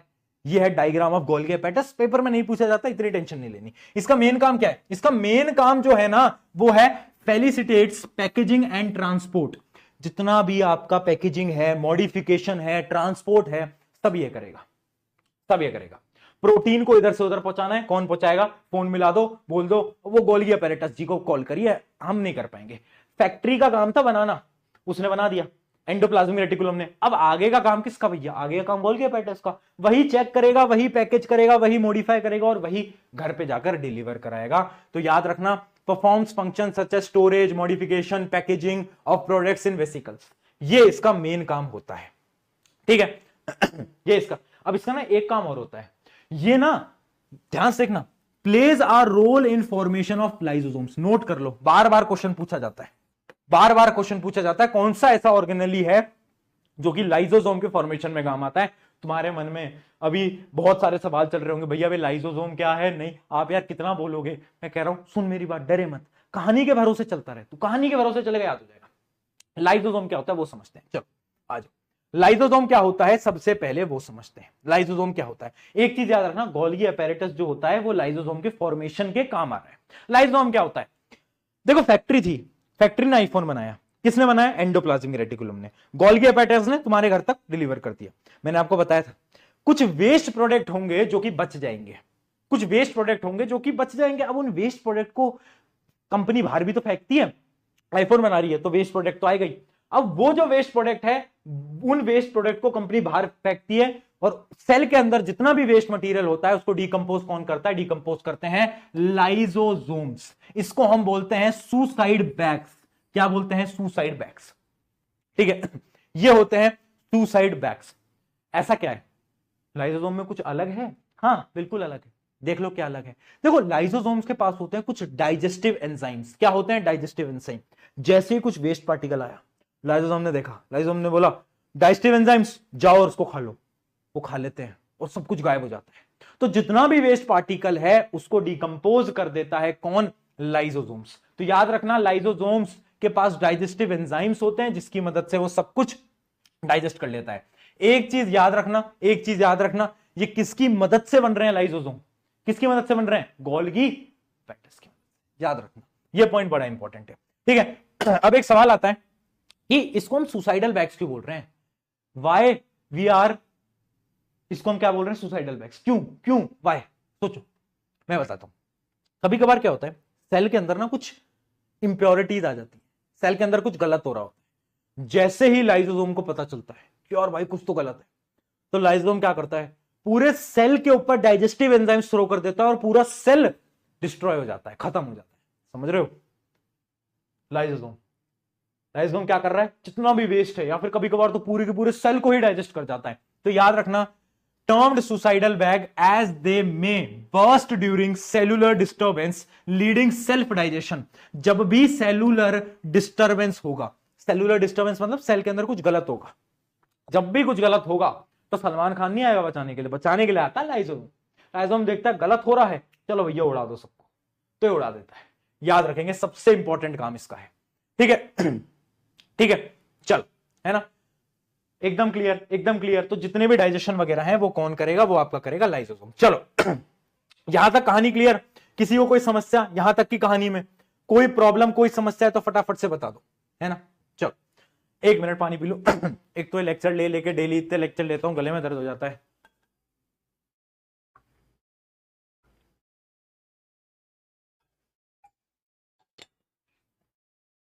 चलो देखो बेटा, तुम्हारे पास तो टाइम होता है, तुम तो कभी भी लेक्चर देख सकते हो। आधा लेक्चर अभी देखा, आधा बाद में देखा, बट भाई हमें तो शूट करना रहता है यार। एक बार में लेक्चर हमें एक बार में लाइव लेने पड़ते हैं और क्लासेस भी होती हैं। तो मतलब आप मान लो कि दिन में 5-5, 6-6 घंटे लेक्चर होते हैं, तो थोड़ा हो जाता है गले में। चलिए कोई बात नहीं, अब कहानी में वापस आते हैं। कहानी का एक पड़ाव रह गया, क्या बना? एंडोप्लाज्मिक रेटिकुलम में गोल्गी एपेट्रस ने तुम्हारे घर तक भिजवा दिया, वेस्ट प्रोडक्ट लाइसोसोम। अब एक चीज और थी कि जो एक्स्ट्रा आईफोन्स थे ना, उन एक्स्ट्रा आईफोन को कहीं पर स्टोर भी तो करना पड़ेगा। एक्स्ट्रा जो सेल के पास कुछ भी मटेरियल बनता है, उस मटेरियल को कहीं स्टोर भी तो करना पड़ेगा। तो वो स्टोर कहां होगा? वैक्यूल्स के अंदर। कहां पर? वैक्यूल्स के अंदर। इसलिए वैक्यूल्स को बोलते हैं स्टोरेज सैक। क्या बोलते हैं बेटा? Storage sac. एक पॉइंट याद रखना, वैक्यूल्स की जो लेयर होती है ना, वैक्यूल के पास अपनी एक मेम्ब्रेन होती है, और जो मेम्ब्रेन होती है ना, जैसे आप देख सकते हो ये वैक्यूल है, इसके पास जो मेम्ब्रेन है ना, वो पता है, ये जो आउटर मेम्ब्रेन होती है, इसको हम बोलते हैं क्या? टोनोप्लास्ट। क्या बोलते हैं बेटा? टोनोप्लास्ट। तो वैक्यूल की जो बाहर वाली मेम्ब्रेन होती है क्या है? टोनोप्लास्ट। ठीक है, चलो अब देखना, एक चीज समझना, जो वैक्यूल होता है ना, प्लांट के अंदर तो बहुत छोटा, मतलब प्लांट के अंदर बहुत बड़ा होता है, एनिमल के अंदर बहुत छोटा होता है। प्लांट के अंदर वैक्यूल का साइज बहुत बड़ा होता है, मतलब सेल के 80-90%, मतलब एक सेल है उसकी 80-90% स्पेस सिर्फ और सिर्फ वैक्यूल लेता है, जबकि प्लांट के अंदर वैक्यूल बहुत छोटा होता है। इस बात को याद रखेंगे। फंक्शन क्या है? पहला फंक्शन है स्टोरेज, दूसरा फंक्शन पता है क्या है? प्लांट्स के अंदर स्पेशली सबसे बड़ा फंक्शन है वैक्यूल्स का, provide turgidity and rigidity to plant cell, store essential substances. जितने भी सब्सटेंसेस हैं वो तो स्टोर करता ही है, साथ साथ में प्लांट सेल को रिजिड बनाता है, ताकतवर बनाता है। अब तुम कहते हो भैया यार सेल वॉल भी इसी काम के लिए, ये भी इसी काम के लिए। हाँ, क्योंकि प्लांट सेल को ताकतवर बनना पड़ेगा, प्लांट मूव नहीं कर सकते, इस वजह से प्लांट सेल को ताकतवर बनाता है वैक्यूल्स भी। समझ आ गया? वैक्यूल का साइज बहुत बड़ा होता है, एक रिजिडिटी देता है सेल के, और दूसरा काम क्या है? जितने भी आपकी चीजें, प्रोटीन, अमीनो एसिड, सब कुछ स्टोर कर लेता है। सब कुछ क्या कर लेता है? स्टोर कर लेता है। एक स्पेशलाइज्ड रोल है वैक्यूल का प्लांट्स के अंदर, स्टार मार्क कर लेना, बार बार पूछा जाता है, स्टार मार्क कर लेना। क्या है? Expelling excess water and waste from unicellular organisms. देखो प्लांट्स के अंदर तो नहीं, बट जो यूनिसेल्युलर ऑर्गेनिजम्स होते हैं, शुरू में बताया था यूनिसेल्युलर, उनके अंदर जब पानी भर जाता है ना बहुत ज्यादा, या फिर कुछ वेस्ट पार्टिकल होता है, तो उन सारे वेस्ट पार्टिकल को कहां पर स्टोर करा जाता है? कहां पर? वैक्यूल के अंदर। तो जितना भी वेस्ट है सेल का, वो कैसे जाता है बाहर? वैक्यूल्स की मदद से। क्लियर है? बताओ, जल्दी बताओ, जल्दी बताओ। क्लियर है? तो वैक्यूल्स ने क्या करा? जो आईफोन बने थे एक्स्ट्रा, उनको स्टोर कर लिया भैया, ये काम है वैक्यूल्स का। कहानी पूरी हुई, बट कहानी में 2 कैरेक्टर बाकी, 2 गुंडे। 2 गुंडे कौन भैया? एक गुंडा है माइटोकॉन्ड्रिया, और दूसरा गुंडा कौन है वो आप लोग बताओ, सोचो एक बार। एक और गुंडा है जो कि सिर्फ प्लांट्स के अंदर होता है, उस गुंडे को हम बोलते हैं प्लास्टिड्स। हम उसको बोलते हैं प्लास्टिड। पहले माइटोकॉन्ड्रिया सुनते हैं, चलो देखते हैं गुंडा नंबर 1। अब उसको हम गुंडा क्यों बोल रहे हैं वो भी बहुत बड़ा रहस्य है। देखो हम इसको गुंडा क्यों कह रहे हैं, why mitochondria is special, because एक लाइन बता रहा हूं, वेरी इंपॉर्टेंट है, they possesses their own DNA and ribosomes. Very important भैया। ये गुंडे क्यों है? क्योंकि इनके पास खुद का है जो है, ये किसी के भरोसे नहीं है। ये बोलते हैं सुन मेरे पास तो खुद का डीएनए भी है, राइबोसोम भी है, मेरा क्या कर लोगे? समझ पाए? बाकी किसी के पास डीएनए नहीं है, सिर्फ न्यूक्लियस के पास था। न्यूक्लियस के बाद कौन है? माइटोकॉन्ड्रिया। माइटोकॉन्ड्रिया के पास खुद का डीएनए है, खुद के राइबोसोम है, इसका मतलब वो खुद का प्रोटीन भी बना सकता है, इसलिए ये यहां का गुंडा है। ठीक है, ये ऐसा कुछ माइटोकॉन्ड्रिया आपको दिखता है। इसके अंदर ऐसे आप लेयर देख सकते हो, इस लेयर को आप क्रिस्टी बोलते हो, इंपॉर्टेंट नहीं है बट आपको बता रहा हूं मैं बस। मेन काम क्या है? Energy production. मेन काम क्या है? एनर्जी। बोलते हैं ना power house of the cell, ये तो सबको याद होता है, power house of the cell mitochondria, है ना। तो यहां पर क्या होता है? बेसिकली एनर्जी बनती है, किस फॉर्म में बनती है? एटीपी, अडीनोसिन ट्राइफॉस्फेट, अडीनोसिन ट्राइफॉस्फेट, ये फुल फॉर्म होती है एटीपी की। तो जो एटीपी बनती है ना, वो मतलब जो एनर्जी बनती है वो एटीपी की फॉर्म में बनती है। एटीपी एक टाइप से यूनिट है। जैसे मैं आपसे पूछूं कि आपकी हाइट कितनी है, तो आप बताओगे फीट के अंदर बताओगे, सेंटीमीटर के अंदर बताओगे, यूनिट है। सिमिलरली सेल के अंदर एनर्जी कितनी बन रही है वो मैं एटीपी के अंदर बताता हूं, ठीक है। तो एक तरीके का यूनिट है। आगे समझ में? तो ये power house of the cell होता है, मेन काम है इसका एनर्जी प्रोडक्शन। स्पेशल क्यों है? दोनों चीजें खुद के पास, ठीक है। चलो, तो ये था आपका माइटोकॉन्ड्रिया। अब हम आगे बढ़ते हैं और अब हम देखते हैं क्या दूसरा गुंडा, प्लास्टिड। भैया प्लास्टिड भी क्यों यूनिक है? क्योंकि भैया प्लास्टिड के पास भी खुद का क्या है? डीएनए। प्लास्टिड के पास भी क्या होता है? इसके पास भी खुद के डीएनए होते हैं। एक पॉइंट नोट कर लेना, प्लास्टिड सिर्फ और सिर्फ प्लांट के अंदर पाए जाते हैं, उसके अलावा नहीं मिलेगा, नहीं मिलेगा, नहीं मिलेगा, ठीक है। और कहीं नहीं मिलते, बस प्लांट के अंदर मिल रहे होते हैं, ठीक है। अब सुनना मेरी बात। बेसिकली 3 टाइप के आपके प्लास्टिड्स होते हैं प्लांट के अंदर। बड़े सिंपल है, बहुत आसान है, नाम थोड़े मुश्किल है बट सिंपल है। पहला होता है आपका क्रोमोप्लास्ट। क्रोमोप्लास्ट क्या होता है? आपने प्लांट के फूल देखे? फूल कलर क्या होता है? किसी का व्हाइट है, किसी का ब्लू है, किसी का पर्पल है, किसी का पिंक है। वो जितने भी कलर्स होते हैं ना, वो आते हैं क्रोमोप्लास्ट की मदद से। ग्रीन के अलावा अगर कोई भी कलर है प्लांट के अंदर, तो वो उसकी वजह से, किसकी वजह से? क्रोमोप्लास्ट की मदद से। समझ पाए? समझ पाए? तो क्रोमोप्लास्ट क्या है? Are the coloured plastids. जो भी फ्लावर वगैरह है, जो भी कलर देना है, वो कौन देगा? क्रोमोप्लास्ट। दूसरा है क्लोरोप्लास्ट। क्लोरोप्लास्ट के पास एक ग्रीन कलर का पिगमेंट होता है, 8th क्लास के अंदर पढ़ा होगा, क्लोरोफिल। पढ़ा है? बताओ, पढ़ा है? भैया उस टाइम पे तो हम मजे करते थे, पढ़ाई नहीं करते थे भैया, वो फ्री फायर खेलते थे भैया, रैंक पुश करते थे। करो रैंक पुश करो, कोई दिक्कत नहीं है, रैंक फ्री फायर में बढ़ेगी, नंबर यहां नीचे पुश होंगे, तो थोड़ा सा चलो। तो क्या बोल रहा हूं क्लोरोप्लास्ट। तो क्लोरोप्लास्ट क्या है? इसके अंदर ग्रीन कलर का पिगमेंट होता है, किस क्या बोलते हैं? क्लोरोफिल बोलते हैं। मेन काम क्या है? मेन काम है इसकी मदद से ही फोटोसिंथेसिस हो पाता है। क्या हो पाता है? फोटोसिंथेसिस। अगर अगर अगर अगर अगर आपका क्लोरोप्लास्ट नहीं होगा, फोटोसिंथेसिस नहीं होगा। फोटोसिंथेसिस पढ़ा है 8th क्लास के अंदर, सनलाइट आ रही है, क्लोरोफिल है, कार्बन डाइऑक्साइड, वाटर, उसकी मदद से एनर्जी और ऑक्सीजन।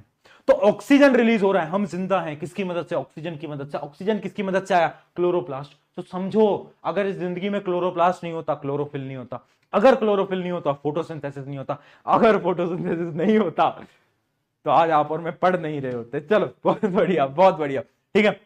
आगे बात करते हैं ल्यूकोप्लास्ट की। लास्ट है ल्यूकोप्लास्ट। ल्यूकोप्लास्ट क्या होता है? Lack colouration and primary function as storage site for starch, oil and protein. मतलब एक तरीके से प्लांट की जितनी भी चीजें हैं ना, उनको स्टोर करता है ना। इसका कोई कलर नहीं होता, इट इज कलरलेस। याद रखेंगे, ल्यूकोप्लास्ट जो होता है वो कलरलेस होता है। उसके अलावा क्या है? दूसरी चीज स्टार्च हो गया, जितनी भी चीजें, इन सबको स्टोर कौन करेगा? यही करेगा, ठीक है। तो 3 टाइप के प्लास्टिड आपको याद रहने चाहिए। क्या ये पॉइंट एकदम क्लियर है? बताओ, है ना? एकदम क्लियर, चल, है ना। मतलब ल्यूकोप्लास्ट आप देख सकते हो, कलरलेस है, ज्यादा कोई इसके अंदर कलर नहीं होता। चलिए, तो ये हो गया प्लास्टिड, ये हो गया माइटोकॉन्ड्रिया। यहां पर सारी सेल ऑर्गेनेली हमारी हो जाती हैं खत्म। अब एक बार उस डायग्राम को खोलते हैं फटाफट से। ये है मेरी आईफोन की प्यारी प्यारी दास्तां, और रिपीट करते हैं कि मैंने आईफोन कैसे खरीदा, ठीक है। अब आईफोन बनता था एक फैक्ट्री के अंदर। उस फैक्ट्री के अंदर जहां पर लिपिड्स और प्रोटीन बनते हैं, उसको हम क्या बोलते हैं? एंडोप्लाज्मिक रेटिकुलम, है ना। 2 टाइप के एंडोप्लाज्मिक रेटिकुलम, स्मूथ और रफ। रफ वाला क्या बना रहा है? रफ वाला आपका बनाता है प्रोटीन, और स्मूथ वाला आपका बना रहा है क्या? अरे बोल यार, लिपिड्स बना रहा है। फैक्ट्री के अंदर बना प्रोटीन और लिपिड। अब फैक्ट्री ने बोला कि जाओ ट्रांसपोर्ट करो। ट्रांसपोर्ट तुम्हारे घर तक कौन पहुंचाएगा? सारी जगह कौन पहुंचाएगा? बताओ, जल्दी बताओ, सारी जगह कौन पहुंचाएगा? कौन है मैसेंजर जो कि हर एक चीज को यहां से यहां तक लेके जाएगा? वो है गोल्गी एपेरेटस। गोल्गी एपेरेटस क्या करता है? स्टोर करता है, पैकेज करता है, मॉडिफाई करता है, डिलीवर करता है, डिलीवरी एजेंट, ठीक है। एक और काम है गोल्गी एपेरेटस का, क्या? लाइजोसोम्स को बनाना, लाइजोसोम की फॉर्मेशन में मदद करना। अब भैया लाइजोसोम क्या है? अब देखो, आईफोन की फैक्ट्री में से वेस्ट निकला था। अब ये जो वेस्ट निकला था ना, इस वेस्ट को डिकम्पोज भी तो करना है, इस वेस्ट को बाहर भी तो फेंकना है। वो कौन करा? लाइसोसोम। लाइसोसोम जी ने क्या करा? जितने भी हमारे मतलब डाइजेस्टिव एंजाइम की मदद से जितने भी वेस्ट पार्टिकल थे उसको डाइजेस्ट करा। सुसाइड बैग बोलते हैं, क्यों बोलते हैं? इसलिए बोलते हैं कभी कभार अगर कोई डिस्टर्बेंस है सेल के अंदर तो इस सेल को ही खत्म कर देता है, सेल को ही बर्स्ट कर देता है। ठीक है, यहां तक क्लियर? अब एक्स्ट्रा आईफोन बने थे तो उन्हें स्टोर भी करना है। स्टोर कहां पर करा है बता दो, स्टोर कहां पर करा है ना? स्टोरेज का फटाफट से याद करके बताओ, जल्दी जल्दी चैट के अंदर बता दो। अगली चीज, दो गुंडे थे, मैंने आपको बताया था, एक कौन था बोलो, एक कौन था? एक था मेरा माइटोकॉन्ड्रिया। माइटोकॉन्ड्रिया क्या कर रहा है? माइटोकॉन्ड्रिया क्या कर रहा है भैया? माइटोकॉन्ड्रिया का मेन काम क्या है? माइटोकॉन्ड्रिया हमारा एनर्जी बना रहा है एटीपी के फॉर्म के अंदर। गुंडे क्यों है? दोनों के पास खुद का डीएनए और राइबोसोम। और दूसरा क्या था? प्लास्टिड। प्लास्टिड हो गए तीन टाइप के। स्टोरेज वाला अगर याद नहीं आया तो बता देता हूं, वैक्यूल्स थे जो कि स्टोर करते हैं। वैक्यूल्स जो होते हैं प्लांट के अंदर बड़े होते हैं, एनिमल के अंदर छोटे होते हैं। प्लास्टिड्स जो होते हैं वो सिर्फ और सिर्फ प्लांट्स के अंदर होते हैं, एनिमल के अंदर नहीं होते। तीन टाइप के नाम तीनों के याद रखने हैं, क्लोरो, क्रोमो, ल्यूको। क्लियर? इसके साथ सेल ऑर्गेनेली का पूरा पार्ट समझ आया। अब बताओ मुझे मजा आया कि नहीं आया? क्या ऐसा एक्सप्लेनेशन आपको आज से पहले कहीं पर मिला था? क्या ऐसा मजा आपको कहीं से आज से पहले कहीं पर आया था? जल्दी बताओ। कहानी की मदद से हम ऐसे प्यारे तरीके से, देखो हमारा तरीका यही है, हम ऐसे ही पढ़ते कहानी की मदद से। ठीक है, एक मिनट जरा मैं पानी वापस से पी लूं यार, गला दर्द हो जाता है, समझा करो यार तुम, बोल बोल के। चलो जल्दी 10-15 मिनट और लूंगा, एक कॉन्सेप्ट और बचा है। पहले इसको देखो, to remember double membrane bound nucleus. देखो सेल ऑर्गेनेली जो होती हैं, कुछ सेल ऑर्गेनेली थी जिनके पास डबल बाउंड्रीज थी, कुछ थी जिनके पास सिंगल बाउंड्री थी, और कुछ ऐसी भी थी जिनके पास मेम्ब्रेन ही नहीं थी। यहां पर नाम लिखे हुए हैं। डबल कौन से थे? डबल थे आपका पहला न्यूक्लियस, दूसरे दो गुंडे, कौन? Mitochondria, plastid. बेटा स्कूल इधर पास में, बेटा स्कूल के अंदर ये मत लिख के आ जाना कि दो गुंडे हैं माइटोकॉन्ड्रिया प्लास्टिड, तुम्हारे टीचर मुझे मारेंगे, है ना? चल आ जा वापिस। ठीक है, देख सिंगल मेम्ब्रेन किसमें? बाकी सब में, जैसे कि आपका वैक्यूल था, लाइसोसोम था, गोल्गी था, एंडोप्लाज्मिक रेटिकुलम था। जो स्टोरी के अंदर सारे किरदार थे सब सिंगल के थे, बस दो गुंडे थे जो कि डबल के आए। तो हमें ये भी याद हो गया, ये भी याद करने की जरूरत नहीं पड़ी ना हमें उस कहानी की मदद से। अब मेम्ब्रेनलेस होते हैं दो, एक है राइबोसोम, क्या करता है? प्रोटीन। एक है सेंट्रोजोम। वे सेंट्रोजोम क्या है बताया नहीं आपने, इंपॉर्टेंट नहीं है, बता देता हूं। देखो सेंट्रोजोम क्या होता है? आपके साइटोप्लाज्म में ही होता है, न्यूक्लियस से थोड़ा अटैच्ड होता है। उसके पास ना दो सेंट्रियोल्स होते हैं, सेंट्रोजोम के पास दो सेंट्रियोल होते हैं। ठीक है, इसका मेन काम क्या होता है?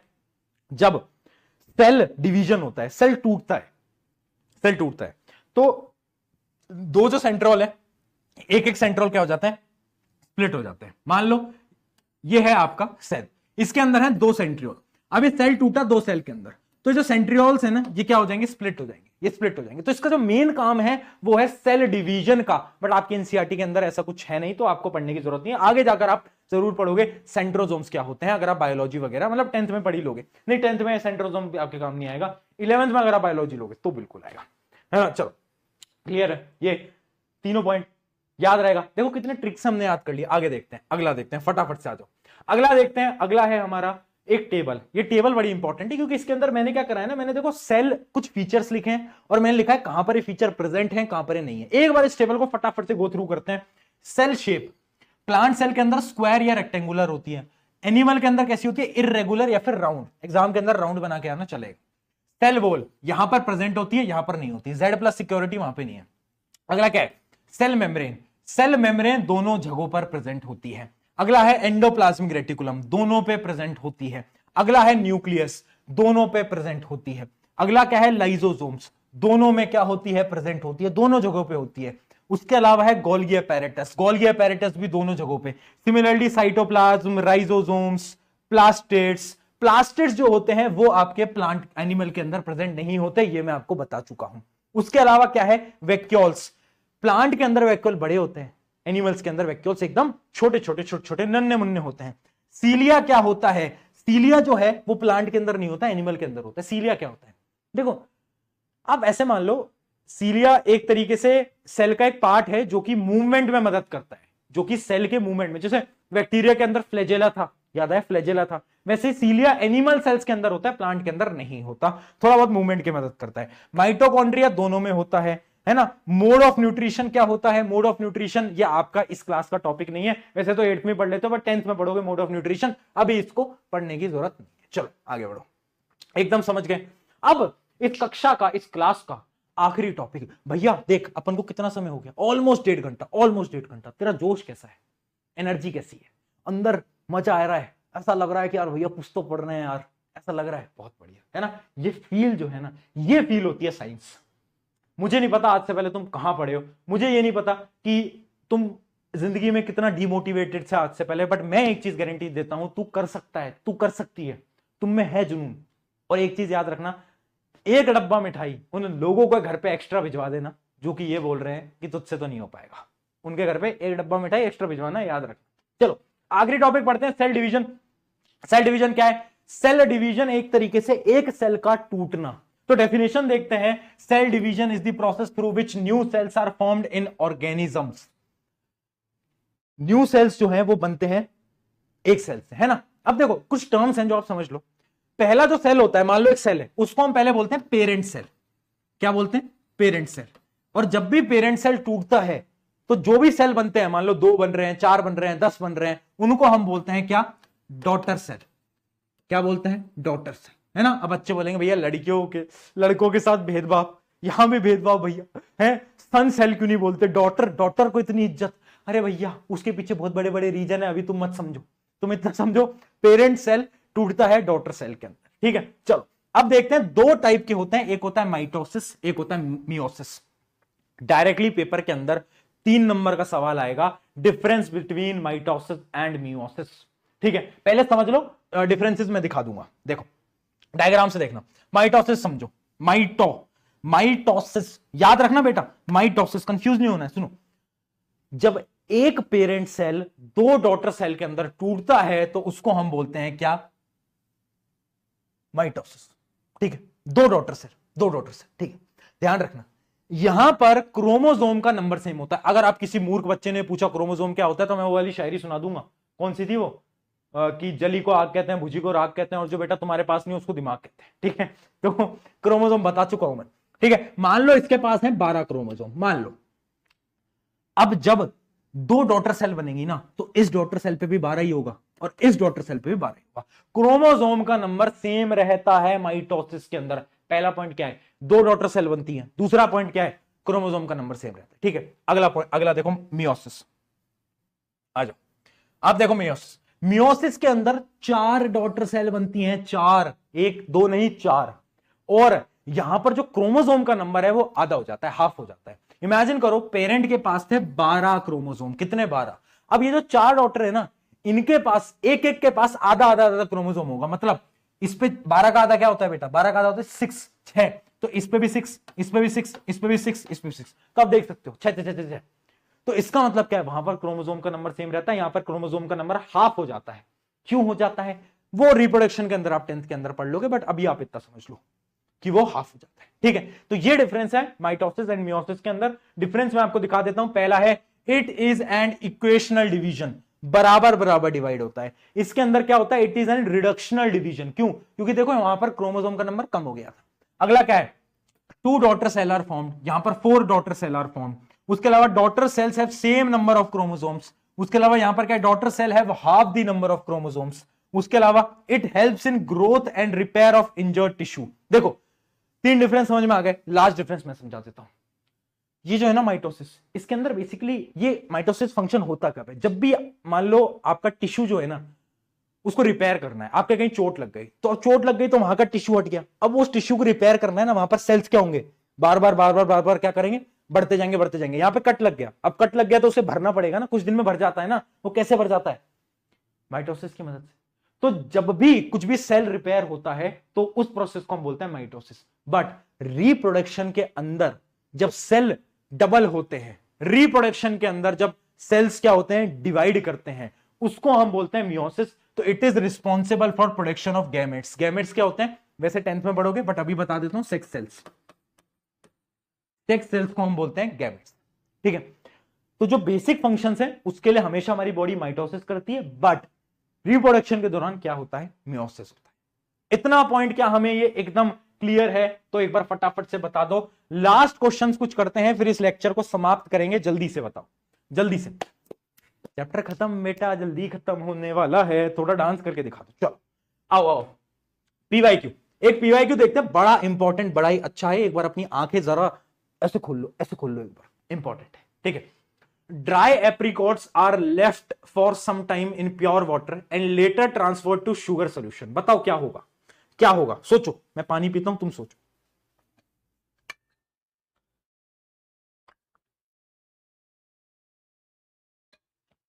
हाँ भाई सोच लिया, बताऊं। देख, एप्रिकॉट क्या होता है, अखरोट। अब मान लेगा अखरोट है, उनको मैंने क्या करा है, पानी में डाल दिया है। अखरोट को मैंने पानी में डाल दिया है, तो अब उसके अंदर वाटर आ गया है, वाटर आ गया है ना, सॉल्वेंट आ गया। अब मैंने उसको उठा के कहां पर डाला, अब मैंने उसको डाला शुगर सोल्यूशन में। कहां पर डाला बेटा, अब मैंने उस अखरोट को डाल दिया है कहां पर, शुगर सोल्यूशन में। शुगर सोल्यूशन क्या होता है, हाइपरटोनिक या हाइपोटोनिक, बताओ। हाइपर या हाइपो, सॉल्यूट कहां पर ज्यादा है, शुगर सोल्यूशन में। तो ये क्या होगा, ये होगा हाइपर, है ना। तो इसका मतलब मैंने अपने एप्रिकॉट को कहां डाल दिया है, हाइपर के अंदर। और जब भी हाइपर में डालते हैं, हाइपो मतलब फूल जाना, हाइपर मतलब श्रिंक हो जाना, तो क्या होगा, मेरा एप्रिकॉट श्रिंक कर जाएगा। ये इसका सही आंसर। अगला देखते हैं, red blood cells are kept in concentrated saline solution. अगर मैं अपने रेड ब्लड सेल को सेलाइन सोल्यूशन, सेलाइन मतलब बहुत ज्यादा नमक वाले पानी में, नमक वाले पानी में मैं अपने रेड ब्लड सेल को डालू, सेम केस है, सेम केस है ना बेटा। ये क्या है, हाइपरटोनिक सोल्यूशन। हाइपरटोनिक सोल्यूशन के अंदर मैं अपने रेड ब्लड सेल को डाल रहा हूं, तो ऑब्वियस सी बात है श्रिंक कर जाएगा। इसका आंसर भी क्या है, श्रिंक।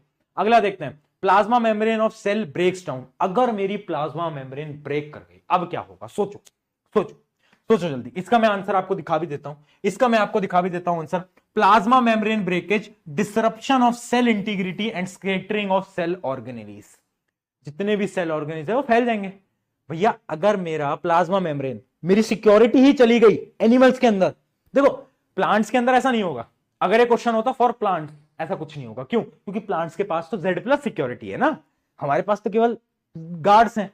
तो उन गार्ड्स, अगर वो गार्ड्स चले जाएंगे तो क्या हो जाएगा, सेल ऑर्गेनेलीज फैल जाएंगी, फैल जाएंगी। ठीक है, चलो अगले क्वेश्चन की तरफ बढ़ते हैं। अगला क्या है, एक लीव है, Rio leave are boiled in water. बड़ा इंपॉर्टेंट है, इस क्वेश्चन को स्टार मार्क करो, इस क्वेश्चन को बेटा स्टार मार्क करो। Rio leaves are boiled in water first and then drop of sugar syrup is put on it. बहुत बढ़िया, देखना इमेजिन करो, एक लीव है ना, एक पत्ती बनाते हैं, एक पत्ती, वाह भाई वाह क्या पत्ती बनाई, इतनी गंदी पत्ती। चलो कोई नहीं, इसको मैंने बॉईल कर दिया, मान लो उसको मैंने रखा, मैंने बॉईल कर दिया। अब मैंने इसके ऊपर क्या डाला है, सोल्यूशन डाला, किसका, शुगर का। ठीक है, शुगर का सोल्यूशन डाल दिया। अब क्या कुछ होगा, तुम बोलोगे भैया बिल्कुल होगा, बिल्कुल होगा भैया, इसके अंदर भी तो वो होना चाहिए कि पानी जो है वो बाहर आ जाए, एक्सोऑस्मोसिस होना चाहिए, श्रिंक करना चाहिए। बट श्रिंक नहीं करेगी, क्यों, क्योंकि पहले मैंने इसको पानी के अंदर गर्म करा। जब भी मैं किसी प्लांट को, लीव को हीट करता हूं पानी के अंदर, तो क्या हो जाते हैं, उसके जो सेल्स होते हैं, यहां पर जो सेल्स हैं, वो सेल्स क्या कर जाते हैं, डेड हो जाते हैं, डेड हो जा। अब सेल मर गए बेचारे, अब उसको चाहे तुम अपने शुगर सोल्यूशन के अंदर डालो, चाहे सॉल्ट के अंदर डालो, क्या कोई एक्सोऑस्मोसिस या एंडोऑस्मोसिस होगा, नहीं होगा। अरे भाई बेचारा वो मर गया, अब क्या पानी अंदर बाहर होगा, नहीं होगा। तो क्योंकि हमने पहले ही बॉईल कर दिया, इस वजह से कुछ नहीं होगा, कुछ नहीं होगा इसके अंदर। आ गया, तो इसका आंसर लिखकर आना, इसका आंसर लिखकर आना, दिखा भी देता हूं, no osmosis due to the cell death. Cell death की वजह से कोई ऑस्मोसिस नहीं होगा। चलिए बेटा लास्ट क्वेश्चन देखते हैं आज का, Golgi apparatus is remove from the cell. अगर मैं गोल्गी अपैरेटस को रिमूव कर दूं, अब जैसे मैंने गोल्गी अपैरेटस बोला, कहानी में याद करो, ऐसे याद करने का तरीका होता है। कहानी में गोल्गी अपैरेटस क्या करता था, फैक्ट्री बनाती थी और ट्रांसपोर्ट और पैकेजिंग का काम, हाँ गोल्गी अपैरेटस सारी चीजों को ट्रांसपोर्ट करता था। तो अगर गोल्गी अपैरेटस को मैं हटा दूं तो क्या होगा, जल्दी बताओ, जल्दी बताओ क्या होगा, impaired protein processing, storage and secretion. मतलब हर जगह प्रॉब्लम आएगी, हर जगह प्रॉब्लम आएगी। एक तो बेचारा गोल्गी अपैरेटस सारी चीजों को स्टोर करता था, ट्रांसफर करता था, डिलीवर करता था, तो जितनी भी चेन थी वो सारी चेन ब्रेक हो जाएगी और आईफोन आपके घर तक आ ही नहीं पाएगा। तो जितने भी सब्सटेंसेस हैं प्रोटीन वगैरह के, वो सारे आ ही नहीं पाएंगे सेल ऑर्गेनेलीज के पास तक, समझ पाए। और अगर गोल्गी अपैरेटस नहीं होगा तो लाइसोसोम भी नहीं बन पाएगा, है ना, लाइसोसोम भी नहीं बन पाएगा। ठीक है, चलो आई होप ए क्लियर। बताओ जल्दी बताओ फटाफट, जल्दी बताओ फटाफट। अरे क्या बात है, be power house of your cell, ये बोल रहा है बेचारा प्यारा प्यारा माइटोकॉन्ड्रिया। माइटोकॉन्ड्रिया बोल रहा है यार अपनी जिंदगी के खुद पावर हाउस बनो, है ना। कब तक बोलते रहोगे power house of the cell is mitochondria, अपनी जिंदगी के खुद पावर हाउस बनो, तब है कुछ बात। तो ऐसा प्यार से मैं नहीं बोल रहा, माइटोकॉन्ड्रिया जी बोल रहे हैं, तो माइटोकॉन्ड्रिया जी की इज्जत रख लेना, माइटोकॉन्ड्रिया जी की थोड़ी बहुत इज्जत रख लेना, और ये बात मान लेना, खुद की जिंदगी का खुद पावर हाउस बन लेना। और यहां पर ही हमारा जो पहला चैप्टर है fundamental unit of life, cell, खत्म होता है, समाप्त होता है। अब मेरी आपसे एक दो रिक्वेस्ट है, सुन लेना, बस सुन लेना, है ना, करो ना करो आपकी इच्छा है। इसके नोट्स मिल जाएंगे, ये जो नोट्स हैं इन नोट्स को आपकी जो फेयर कॉपी है उसमें उतार लेना, ठीक है। और एक बार और स्टोरी के फॉर्म में याद करना, जैसे ही याद करोगे मैं गारंटी से बोलता हूं आपके दिमाग से नहीं निकलेगा। दूसरा काम, आप मुझे इंस्टाग्राम पर आकर जरूर बताना कि आपको, इंस्टाग्राम आईडी में डिस्क्रिप्शन में दूंगा, आपको ये लेक्चर कैसा लगा। कुछ भी चीज आपको लगे जो मैं इंप्रूव करूं, आपको लग रहा है कि प्रशांत भाई ये और हो जाता तो मजा आ जाता, ऐसा कुछ है तो आप प्लीज बताना। आपको अगर लेक्चर अच्छा लगा है तो स्टोरीज लगा के टैग करना, अपने दोस्तों को बताना कि यार जिस घड़ी का इंतजार था वो आ चुकी है, प्रशांत भैया ने साइंस पढ़ाना शुरू कर दिया है। और इसी, अगर आप बाद में देख रहे हो इस वीडियो को, तो इसी जो अपना चैनल है इसी के ऊपर बाकी लेक्चर्स भी, प्लेलिस्ट बनेगी क्लास 9 साइंस की, उसके ऊपर आपको सारे लेक्चर मिल रहे होंगे। तो जैसे कि आपके 10वीं वाले बोलते हैं, वो लाइन अब आप भी बोलोगे, वाई टू फियर व्हेन प्रशांत भैया is here. On this note, शुक्रिया एवरीवन, मिलते हैं नेक्स्ट लेक्चर की तरफ। जब तक के लिए याद रखना, आप अपनी जिंदगी के पावर हाउस हो और खुद की जिंदगी आप खुद ही बदल सकते हो। टेक केयर, बाय बाय, चलो बाय बाय बाय।